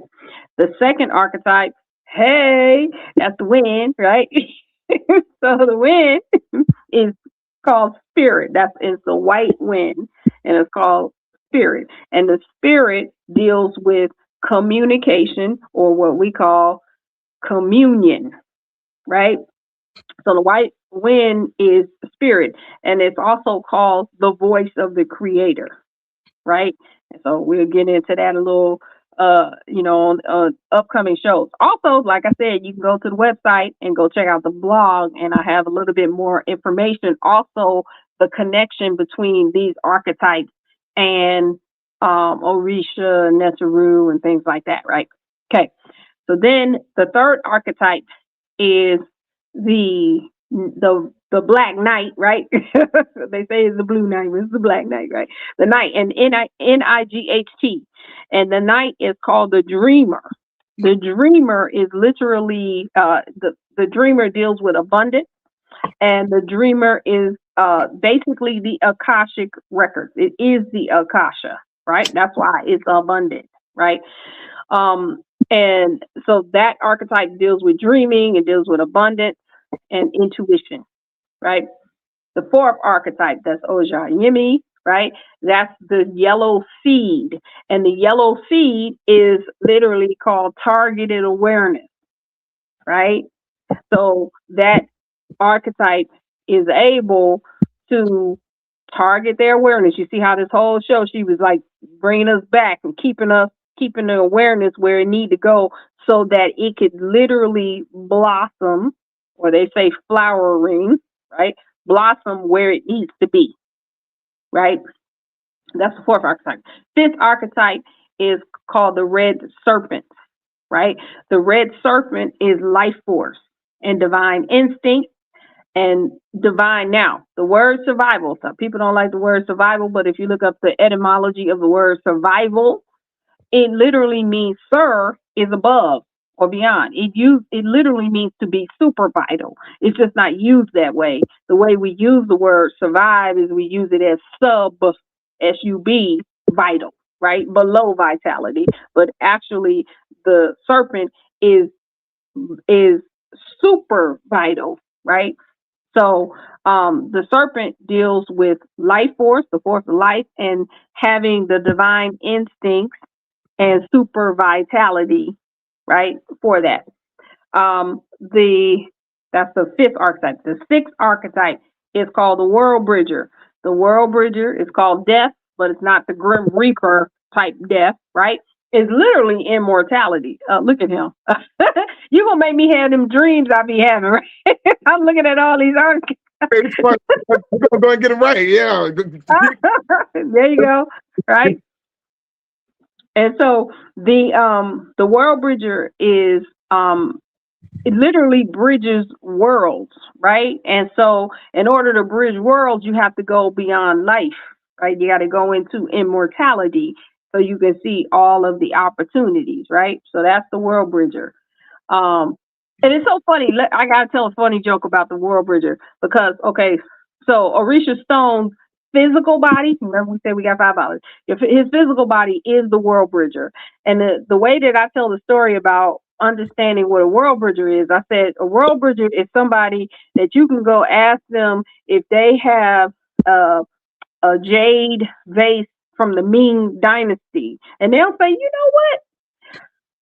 I don't, but I know where one is, right? And he probably got one right there on his shelf. No. But if he don't, he know where to get one, right? So that's the world bridger. They bridge all the worlds, right? Okay. So that's the sixth archetype. The seventh archetype is the blue hand. And the blue hand is called the avatar. The avatar sits in the seat of power in the court of knowledge. So the avatars, the blue avatars are the ones who they know a lot of facts and figures, and it's like they are like computers, right? And they deal with accomplishment, right? And being healed so that they can accomplish, but they literally have a lot of knowledge, right? So that's the blue hand. The eighth archetype is the yellow star. And the yellow star, right? The stars are called the way showers. And they are, and the artists, right? And all of us, the art of being, right, in the physical form, being sourced on earth in these physical formations is an art. So the yellow stars, they are like the way showers to that. And they do it, they show you that you can do it in beauty and elegance. And so a lot of times when you see the yellow stars, they always dress, you know, fresh dress like $1,000,000. I know I'm 100, right? So they always look good, or they have some sort of art to themselves, right? That's the art. That's the eighth archetype. The ninth archetype is the red moon. The red moons are the purifiers, right? And or purifier, right? Because sometimes they real serious about things, right? I always say the red moons, you could be a wolf in sheep's clothing, or but you can't be a wolf in sheep's clothing or a sheep in wolf's clothing, right? They will call you out. They don't care. You just have to say which one. You either a wolf or a sheep, right? Don't come with no extra clothing. They're gonna take that off. They are literally called universal water, right? So they like things to flow, but they have to be purified first, right? So that's the red moon. The 10th archetype is called the white dog, right? And the white dog is called the compassionate one, sits in the seat of power in the court of compassion. And it sounds like they real nice and warm and friendly. Oh no, they not, right? The white dogs, man, they will take your they will tell you how things are, right? Because they are they deal with heart. And so you know how you got people who give that tough love.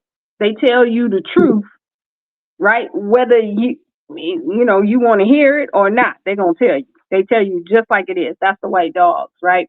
But they deal with compassion. They do it because they say, "I love you. I gotta tell you. I'm not gonna let you walk around with that thing. You got a booger hanging out your nose. I'm gonna tell you. I'm not gonna, pretend. I'm not gonna just go like this and whatever. They just gonna tell you. So anyway, that's the white dog. The That's the 10th archetype. The 11th archetype is the blue monkey. And the blue monkey is called the magician, the master magician. Why? Because they can see and play with illusions. And so they are the ones that sometimes they'll just play with you. They'll just they can see you coming from a mile away, but they ain't gonna tell you. They're gonna toy around with you for a minute or whatever. But they literally can see through the illusion of the matrix, the illusion of war and conflict and all of those different things. So that's the blue monkey, right? So I'm gonna carve this lapis lazuli into a blue monkey, and that's gonna be. That's what I need to do. I say, yep. Ideas, and I'm like, okay, how can I make energy tools once we know who we are? That, like we said, we want get knowledge yourself. Then you get knowledge yourself. Now we can play with the energy tools, know how to do it. So I'm sorry, go ahead. I say. Okay, so the 12th archetype is called the yellow human. The yellow human is the sage, right? And so the sages are very knowledgeable. I always joke around with these because my daughter's one of them, and they get in a lot of trouble because they are the ones that are sometimes they are way ahead of their maturity level, and that mouth gets them because they are literally sages, and so they deal with free will, the free dominion of the will, and they are influencing that will.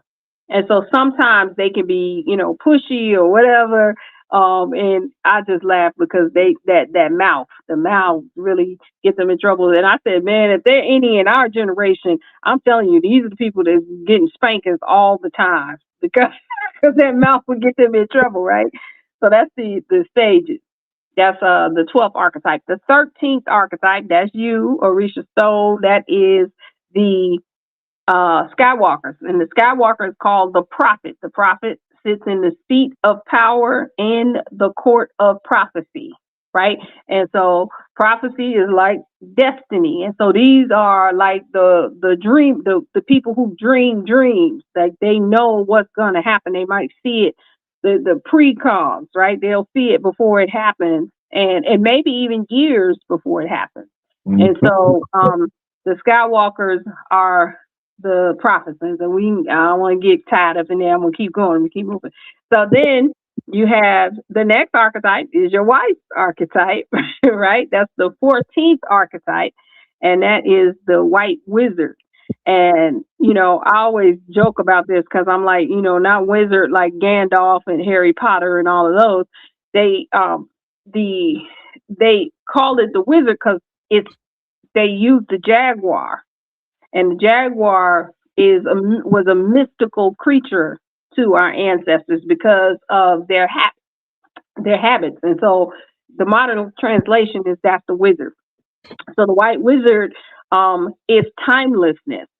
And so timelessness is like um, they deal with being receptive to things beyond time. So they kind of stand beyond time. I call these are like the speedsters, right? Where you know how you look in the movie and you had the speedsters, they're going real, real fast, but they see everything that's happened, all the molecules and all of that stuff. So sometimes the wizards are very interesting, right? And very enchanting. And also they're like the stars with their talent, right? Whatever it is that they create is off the charts, right? Okay, so that's the wizard.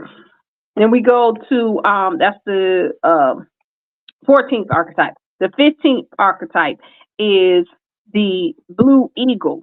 The blue eagle is the seer, and the eagle can see through all dimensions, all time, spaces, and everything, and it's literally just like an eagle, where the eagle can spot its prey miles away. So the eagles, when they hone in on something, that's exactly what it's going to be, and they create the mind to do it, right? So that's the blue eagle. The That's the 15th archetype. The 16th archetype is the warrior, the yellow warrior. And the yellow warrior is literally divine intelligence. And they're called the pathfinders because they're the ones, they sit in the seat of power in the court of intelligence. And um, they're the ones, they always going off the beaten path. These are the people you cannot get to, they worse than the wind. You can't get them to sit still for nothing. They always, doing something. They always traveling. They always going somewhere. The only time you will like catch a warrior, the only thing that kind of grounds a warrior is their home life. If they have children, if they're dedicated to their families, then they'll stay put. But as soon as they get a chance, they boom, because they literally call the pathfinders. They want to go and find something that ain't on the beaten path, right? So that's the warrior, the yellow warrior. That's the 16th archetype. The 17th archetype. Now these last four archetypes, when we get into these four archetypes are in what we call the court of the creator. So the first one is the red earth, and the red earth is literally evolution, right? They do everything to evolve, and they know how to navigate that. So they're all about synchronicity. They don't, so they, when you get to evolution, is I always say it's go time, right? It's not planning and development, right? It's let's go, right? So that's the red earth, and sometimes the red earth, they're the people that you know, they're another one of those archetypes that's kind of ahead of their time, because they're always ready to go to the next level, and then sometimes they may have to wait, right, for everybody to catch up. That's the red earth. Then the that's the 17th archetype. The 18th archetype is called the mirror, the white mirror. The white mirror is literally reflects the cosmos. Is And it is the reflection of the divine order of the cosmos and the truth. It's literally is very close to being Ma'at, right? There are a few archetypes that has that same attribute in it, but the mirrors they reflect the order and the truth of the cosmos, right? Then you have the 19th archetype, which is called the blue storm. The blue storm is called the world changer. And just if you think about a storm, if there's a tornado, right, in a neighborhood, it can wipe out one set of houses, and then the other houses on the other side of the street are right there, right? And so you can change things overnight, right? With so that's how the storm kind of operates. They catalyze energy, right, to change, to make world changes, right? And that can be in the whole world or just your world, right? And then the final archetype, the 20th archetype, is the yellow sun. And the yellow sun is the enlightened one. The enlightened one is, they say that that one is like the a Buddha or Christ or a Tsar, and this is a representation of who we are supposed to be in a human form, right? We're supposed to live an enlightened life or live the life of an enlightened one. And of course, because we've been caught up in this program that puts everybody in a deficit, we don't look at ourselves that way, right? We look at ourselves as being beneath, so we got to fight to be divine. We got to fight to be, whomever we are. It's always a fight. And as we say, it ain't a fight, it's a frequency, right? So that's all the archetypes, and It's funny you said about the fight part. I'm sorry, OJ, you had something? Oh, it was funny when you said something about the fight because for my clan is Serpent Clan, right? And you said something about that, and I said, you can't go against the serpents because you taking the side of the eagles, and you said something real beautiful. You said, who said we had to fight? And I've had this point for a while, right? It came out earlier. Ooh, you know what? Can you send me a picture? Oh my God, that's crazy. To the back. Picture that. That was my favorite side. But when you said something, I noticed it. You said it. Who said that the eagle and the serpent had to fight? Because on the flip side, they both serve in peace with the matriarch. Come on, that's it right there. Yo, can I have? Oh man, please send me a picture of that. Wow. Nobody finding suspicious that we just fighting there. We at war with everybody. Everything is a fight. Yeah, and when you say that took a lot of weight off my shoulder. It was like, wait, that took a lot off my shoulder today. Instant change, and that took a weight off on some oil. Instant change. So that's right. Of course, I want to keep going. OJ Yemen, did you have anything, guys? Yes, I noticed when you did the glyphs and you did the 20 archetypes, it started with red, white, blue, or black, and yellow. Why is that?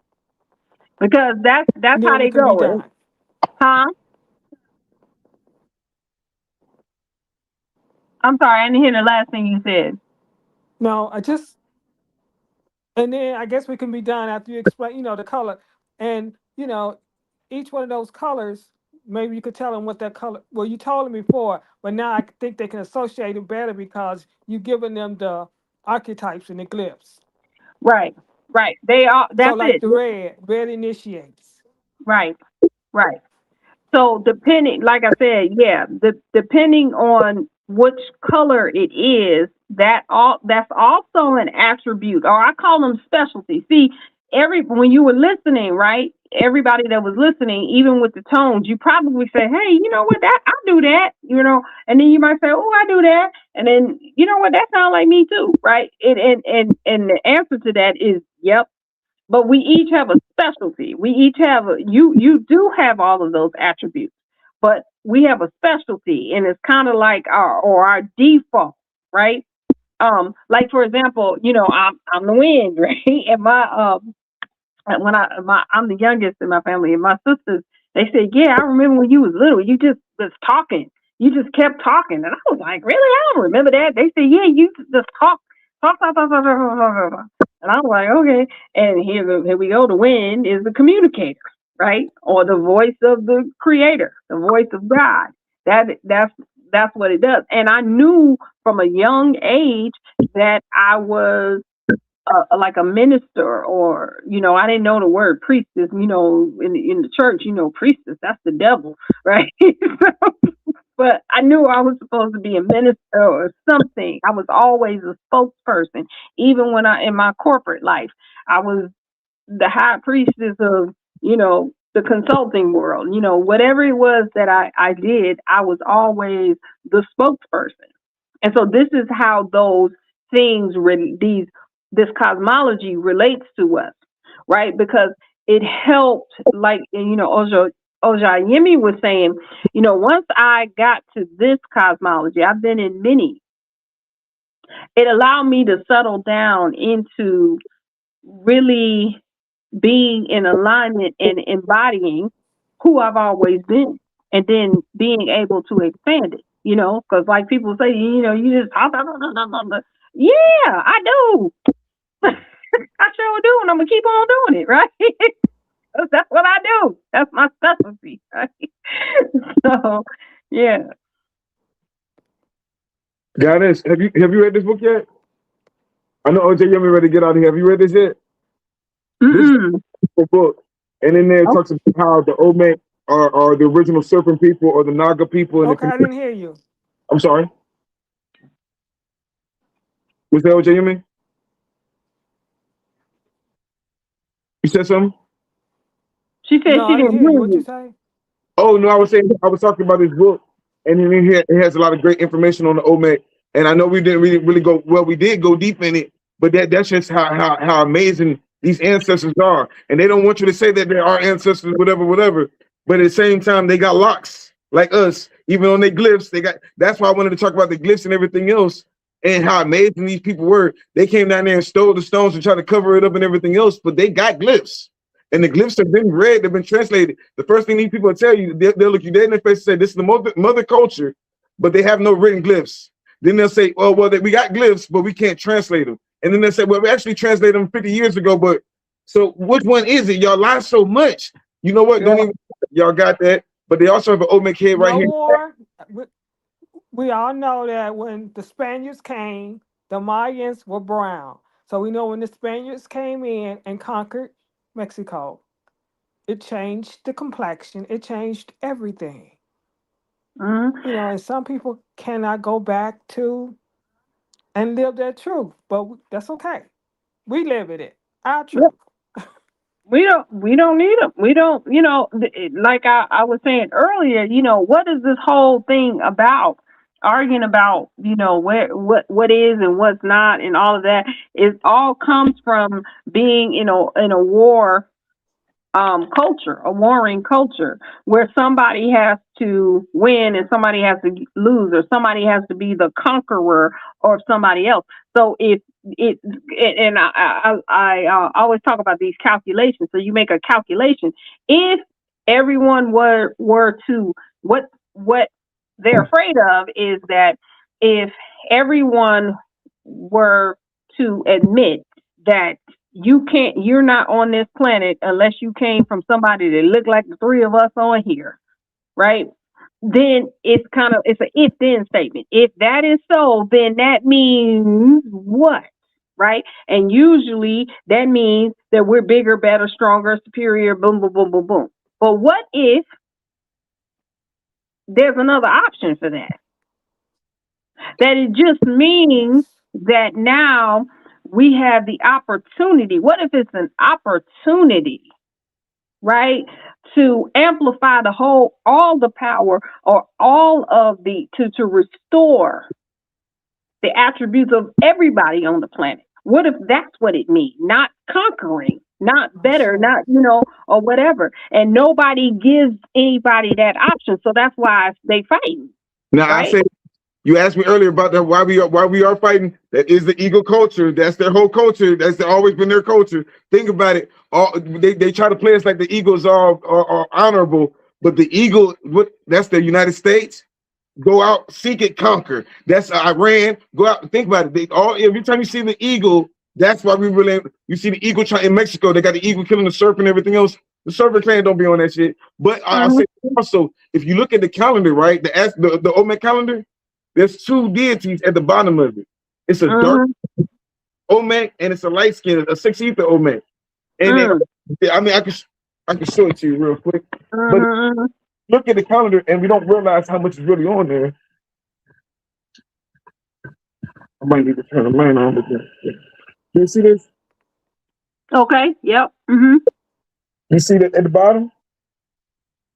Okay. One, Why he's off? This is what I'm like you, high priestess. This is what I like about this culture, the synchronicity in this calendar. We're all created equal. Mm. That's what it looked like. 13 tones, 1320 means we all are equal. There's no big eyes and there's no little me's. We all are created equal and we all have that same opportunity. There you go.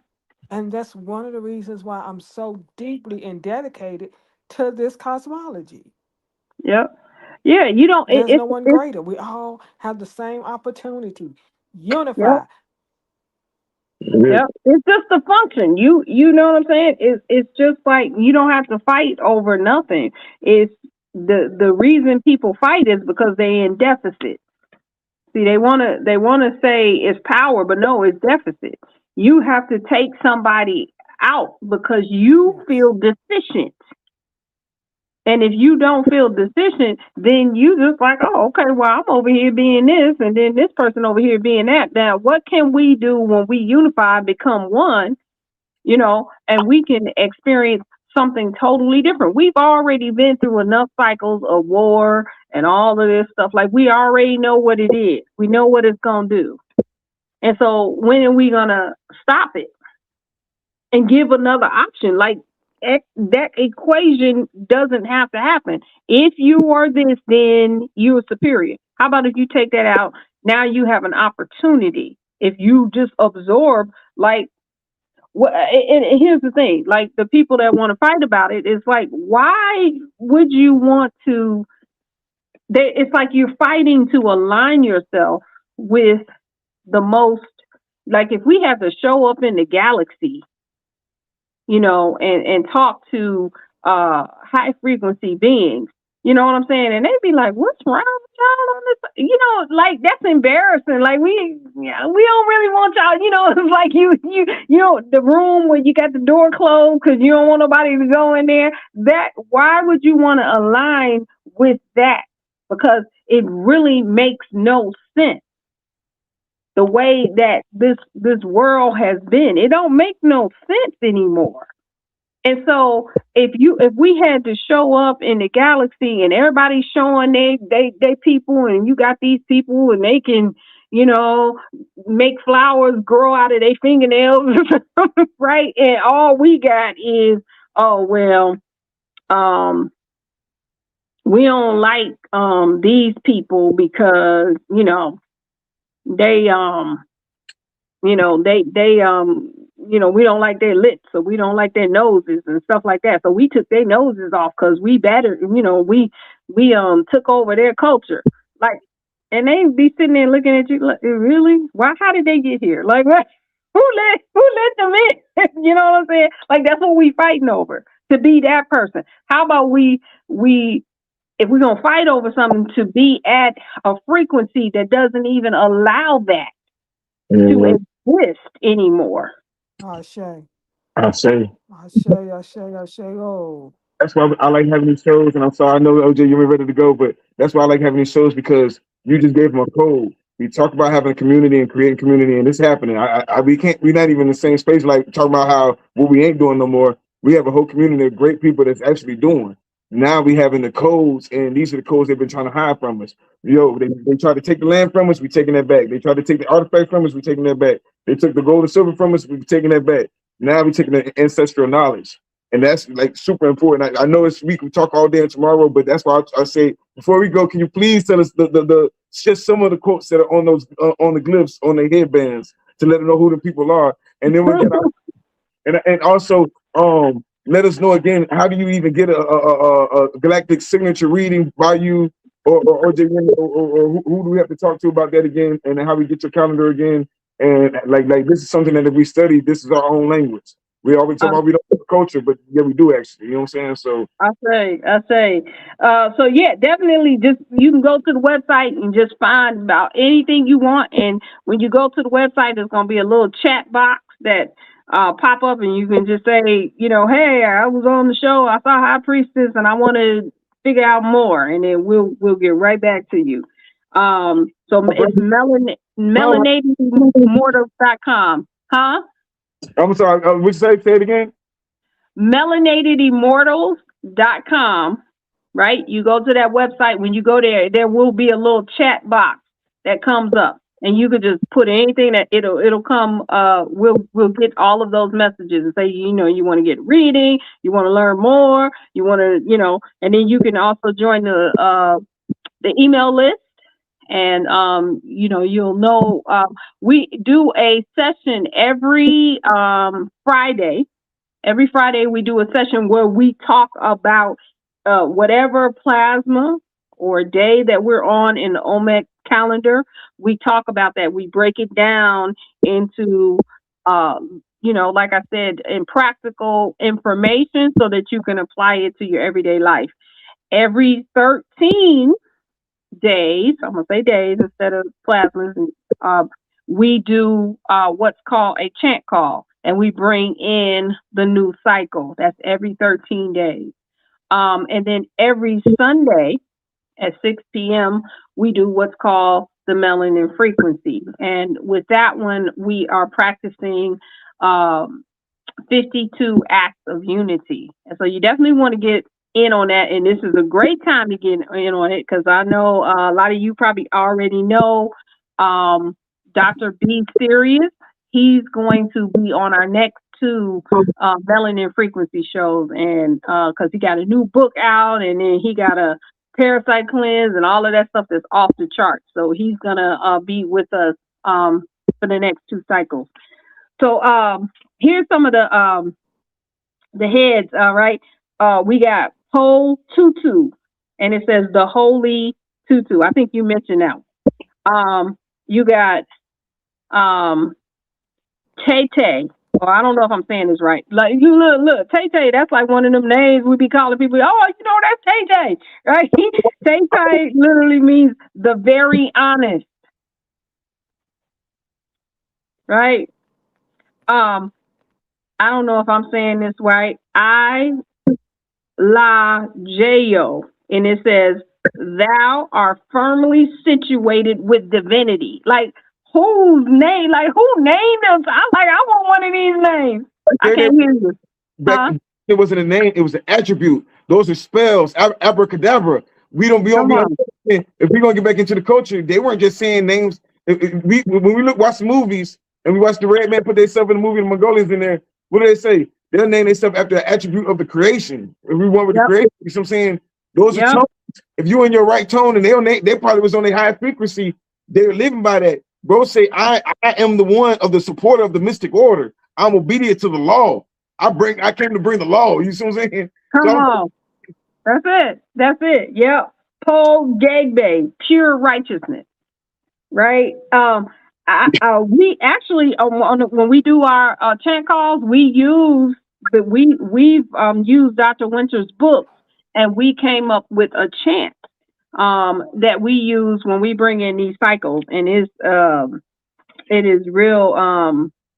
You know, they work. Like, these words are really, you know, this is Medu Netter. You know, this is our Medu Netter from over here. Let me see, what else do we have? Po Gegbe. It says, one who erects existence, or the foundation of existence. One who erects existence. Like, what? Who do you have to be to have that name? They erected stones. They're telling you that they could create life out of stones. If we say that we understand what a jinn is a fire entity. If we understand that there's shadow entities, there's rock entities, there's all fey entities, all these different entities. He controlled the stones. Was the master of snakes. These were masters of science. Yeah. So yeah, this is let me see what else. Let me see if I can find another one. I love this one. They Tame exist in a unique state of spiritual tranquility. Man, they give you keys right there. I know we don't even touch the 42 laws of Mayat, but if we were to just focus on the 42 laws of Mayat and try to get on a little spiritual lane, imagine when you get onto these olmec glyphs and start activating you, just like the artifacts. When you're looking at the artifacts, it activates you. You see what I'm saying? Now they start communicating with you. The first time I ever saw anything, I saw it in the clouds first. I saw it looked like African mask in the clouds talking to me. I'm like, Yeah. you know what I'm saying? I don't know what's going on. And then I'm hearing drums, and I'm just out there on shrooms, just staring up in the clouds. I didn't ask for nothing, and they came and communicated with me, and that's how it just, you know what I'm saying? So it's most definitely a real thing. I'm not gonna keep y'all longer but we can go forever and a day. Can you give us a couple good books from Mr. Winters? Yes, so we have this book, Olmec Language and Literature. This is a good one. And then I got this one back here. This one is called Atlantis in Mexico. And you really should go to, he has a YouTube page where he breaks all of this down. He also has, and they're still up. I checked before we got on this show. But I have to give, shoot, I don't have the links. I don't know if they're still on, I guess the best place to go is to his YouTube page. But he had a whole series that he did on Rev Shop's show. And there you go. And yeah, it was pretty good. So, but just so we know, what he does is he did the he broke down the language, right? So but he does not talk about the cosmology. So I want to be clear that he doesn't necessarily break down this cosmology that we're talking about here, but he does break down the language of the Olmec. Mm-hmm. Every piece of y'all, because like I said, I might learn from one perspective. I was looking at it from the stones. You might be looking at it for the yoga, because they're the ones that started yoga. You might look at it for the calendar, because they're the ones that started the calendar, and how to count, and the number system, or the hieroglyphics, or there's so many reasons we're supposed to be studying this. And then what magnetism, your brain, they're teaching you that your mind is magnetism. And if you think about negative stuff, you will draw negative stuff. If you think about positive stuff, you can draw positive stuff. This is the ancient Z people. We say Olmec for the lack of a better term, because I know they're gonna try to get it. Y'all not this. But that's cool. And you know what I'm saying? We're not here to argue with nobody. We're here to just like tap into our own culture, create our own culture. It's indigenous futurism. It's not gonna be perfect, but it's gonna be us, and that's what's gonna make it perfect. I say. So, okay. OJ Yemi, did you have anything else for us, guys? I know you ready to get out. No, thank you so very much, High Priestess, for joining. Just thank you. Thank you, Alicia Stone, for being, should I say, the prophet and the pioneer. Thank you, OJ Yemi, because like my favorite godmother. And appreciate your knowledge that you gave us tonight to Goddess Mayat, because like I said, I want to do this on a regular basis. Everybody want to talk about Olmecs, and everybody want to, but we're getting the information from the Europeans. We're always gonna lose if the hunter tell the story. We always gonna lose. You see what I'm saying? I say. Even when it comes to six ethers, they're not your friend. So they'll look you dead in the face, and they'll say this is one of them, and they'll say their nose just mutated, or their lips just shrunk, or their hair don't block no more, whatever they want to say. But we already know the truth now. You know what I'm saying? So north, south, east, west. You know what I'm saying? So appreciate. I say, and like I said, I've been to Mexico. I've seen these artifacts. I've been in there, and I've been amongst the people too. And so, a lot of what you hear is not necessarily true, right? I've been to Egypt, right? I took the whole Nile cruise, and so, in Mexico, I was shown nothing but love, right? They pointed me to where I needed to be. They said, listen, they basically said, you looking for your people. And I say, and I looked at him, and this was a European looking Mexican. I was on the bus, and he said, let me tell you where you need to go. And he told me exactly where I needed to go. And the people there, they had no problem. They saw us, and they came, and they wanted to come and talk to us. And they said, okay, you need to go look over there. The people that there was, I was telling you earlier, there was a tour guide, and he said he always tells people that he uses the term African, but he said they always tell everybody that this is the African culture, and they came from us. These are indigenous people that live right there in Mexico. And he looked just as brown as I was. And he said, what happened though is the Jesuits came over there and they told him that he had to stop telling people that. Yep. He looked like that right there. I be trying. That's why I take the artifacts, because who y'all arguing with? You can argue out there, whatever, but if we have the artifacts, we didn't make this. This is made in the Yucatan, and all my statues come from like the 80s or whatnot, right? Mm-hmm. Yucatan. I can't. This is Spanish. I can't read that. Okay. But yeah, he said that they told. Look at that. They told him that he needed to stop telling people that this culture was African because, and this was the Jesuits, because they was going to stop giving money to the I guess the foundation that owned it, and they were going to look at that. And they won't tell him to stop. They weren't going to let him do his tours. But he said he always tell people that on his tours because that's what they've been told since birth. And here's the other thing that if we think about it, I always say this. I never met anybody on here ever met a so-called Black American who didn't have Indian in their family.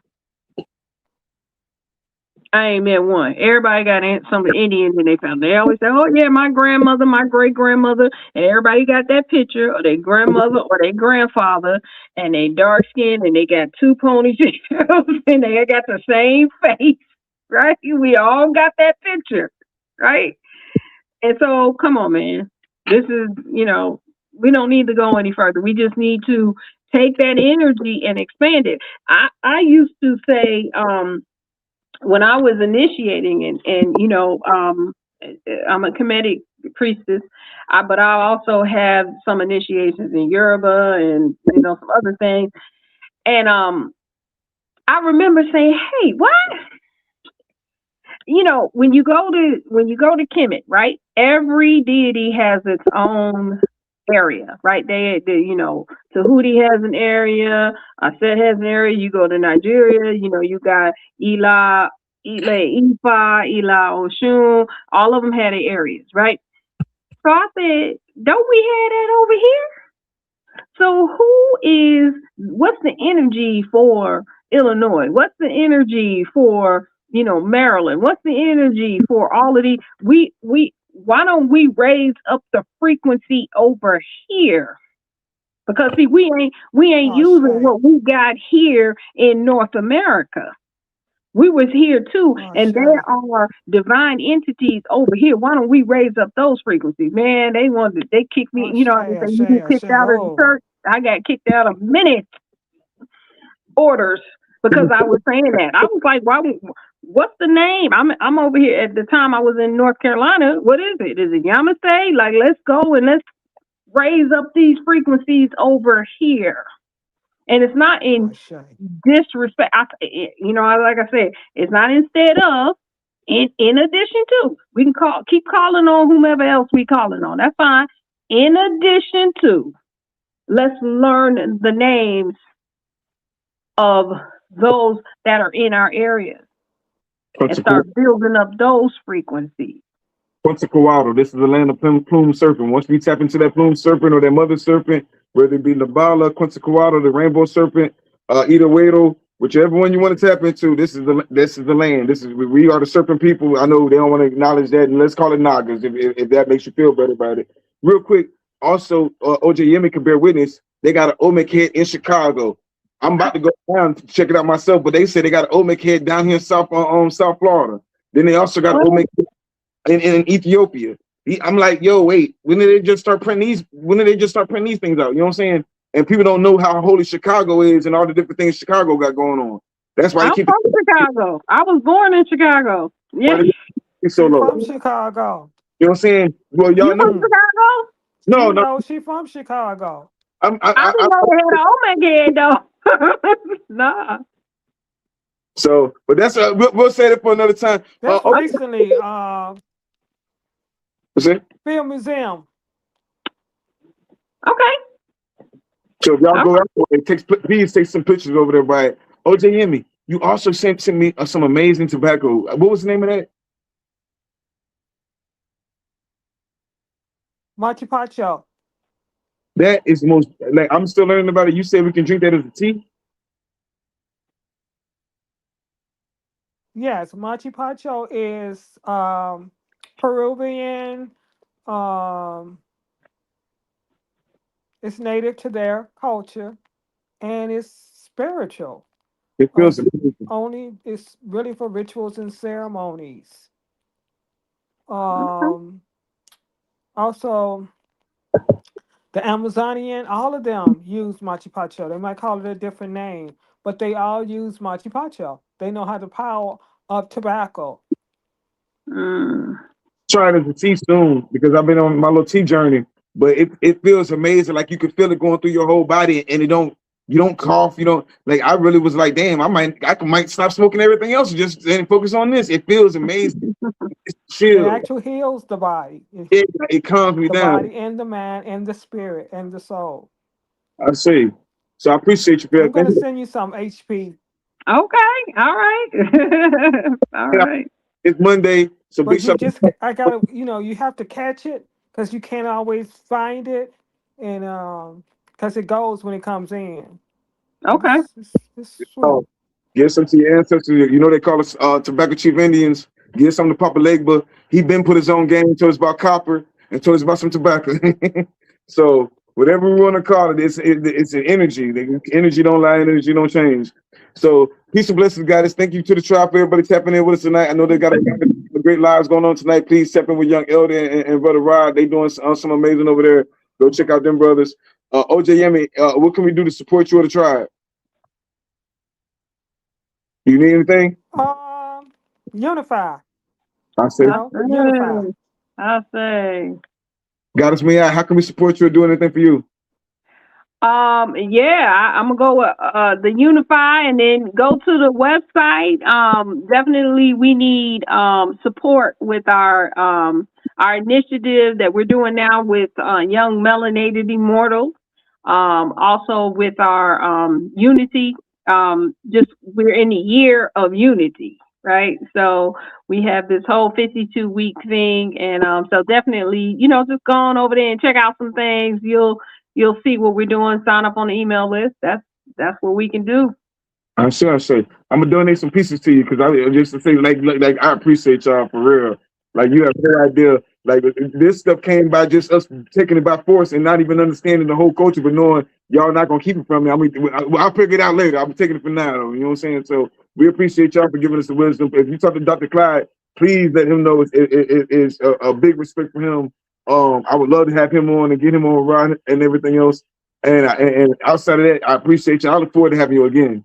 So Yes, it would definitely be my pleasure to be here. I have some things that I can definitely line up for us so that we can, get it.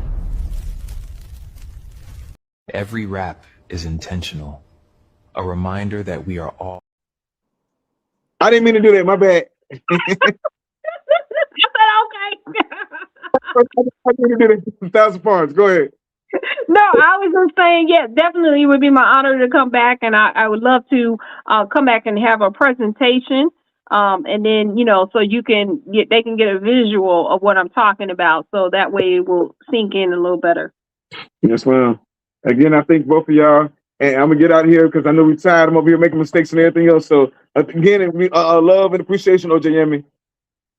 Yes, thank you so You much, too, OJ. Nabi. Wholeness. I say. Thank you, HP. We just getting started. Every rap is intentional, a reminder that we are all connected, from the cosmos to the core. Welcome back, family, to the frequency. Here, we honor the stone people, the record keepers, ancient memory. Tonight, we listen to our elders, the wise women, the seers,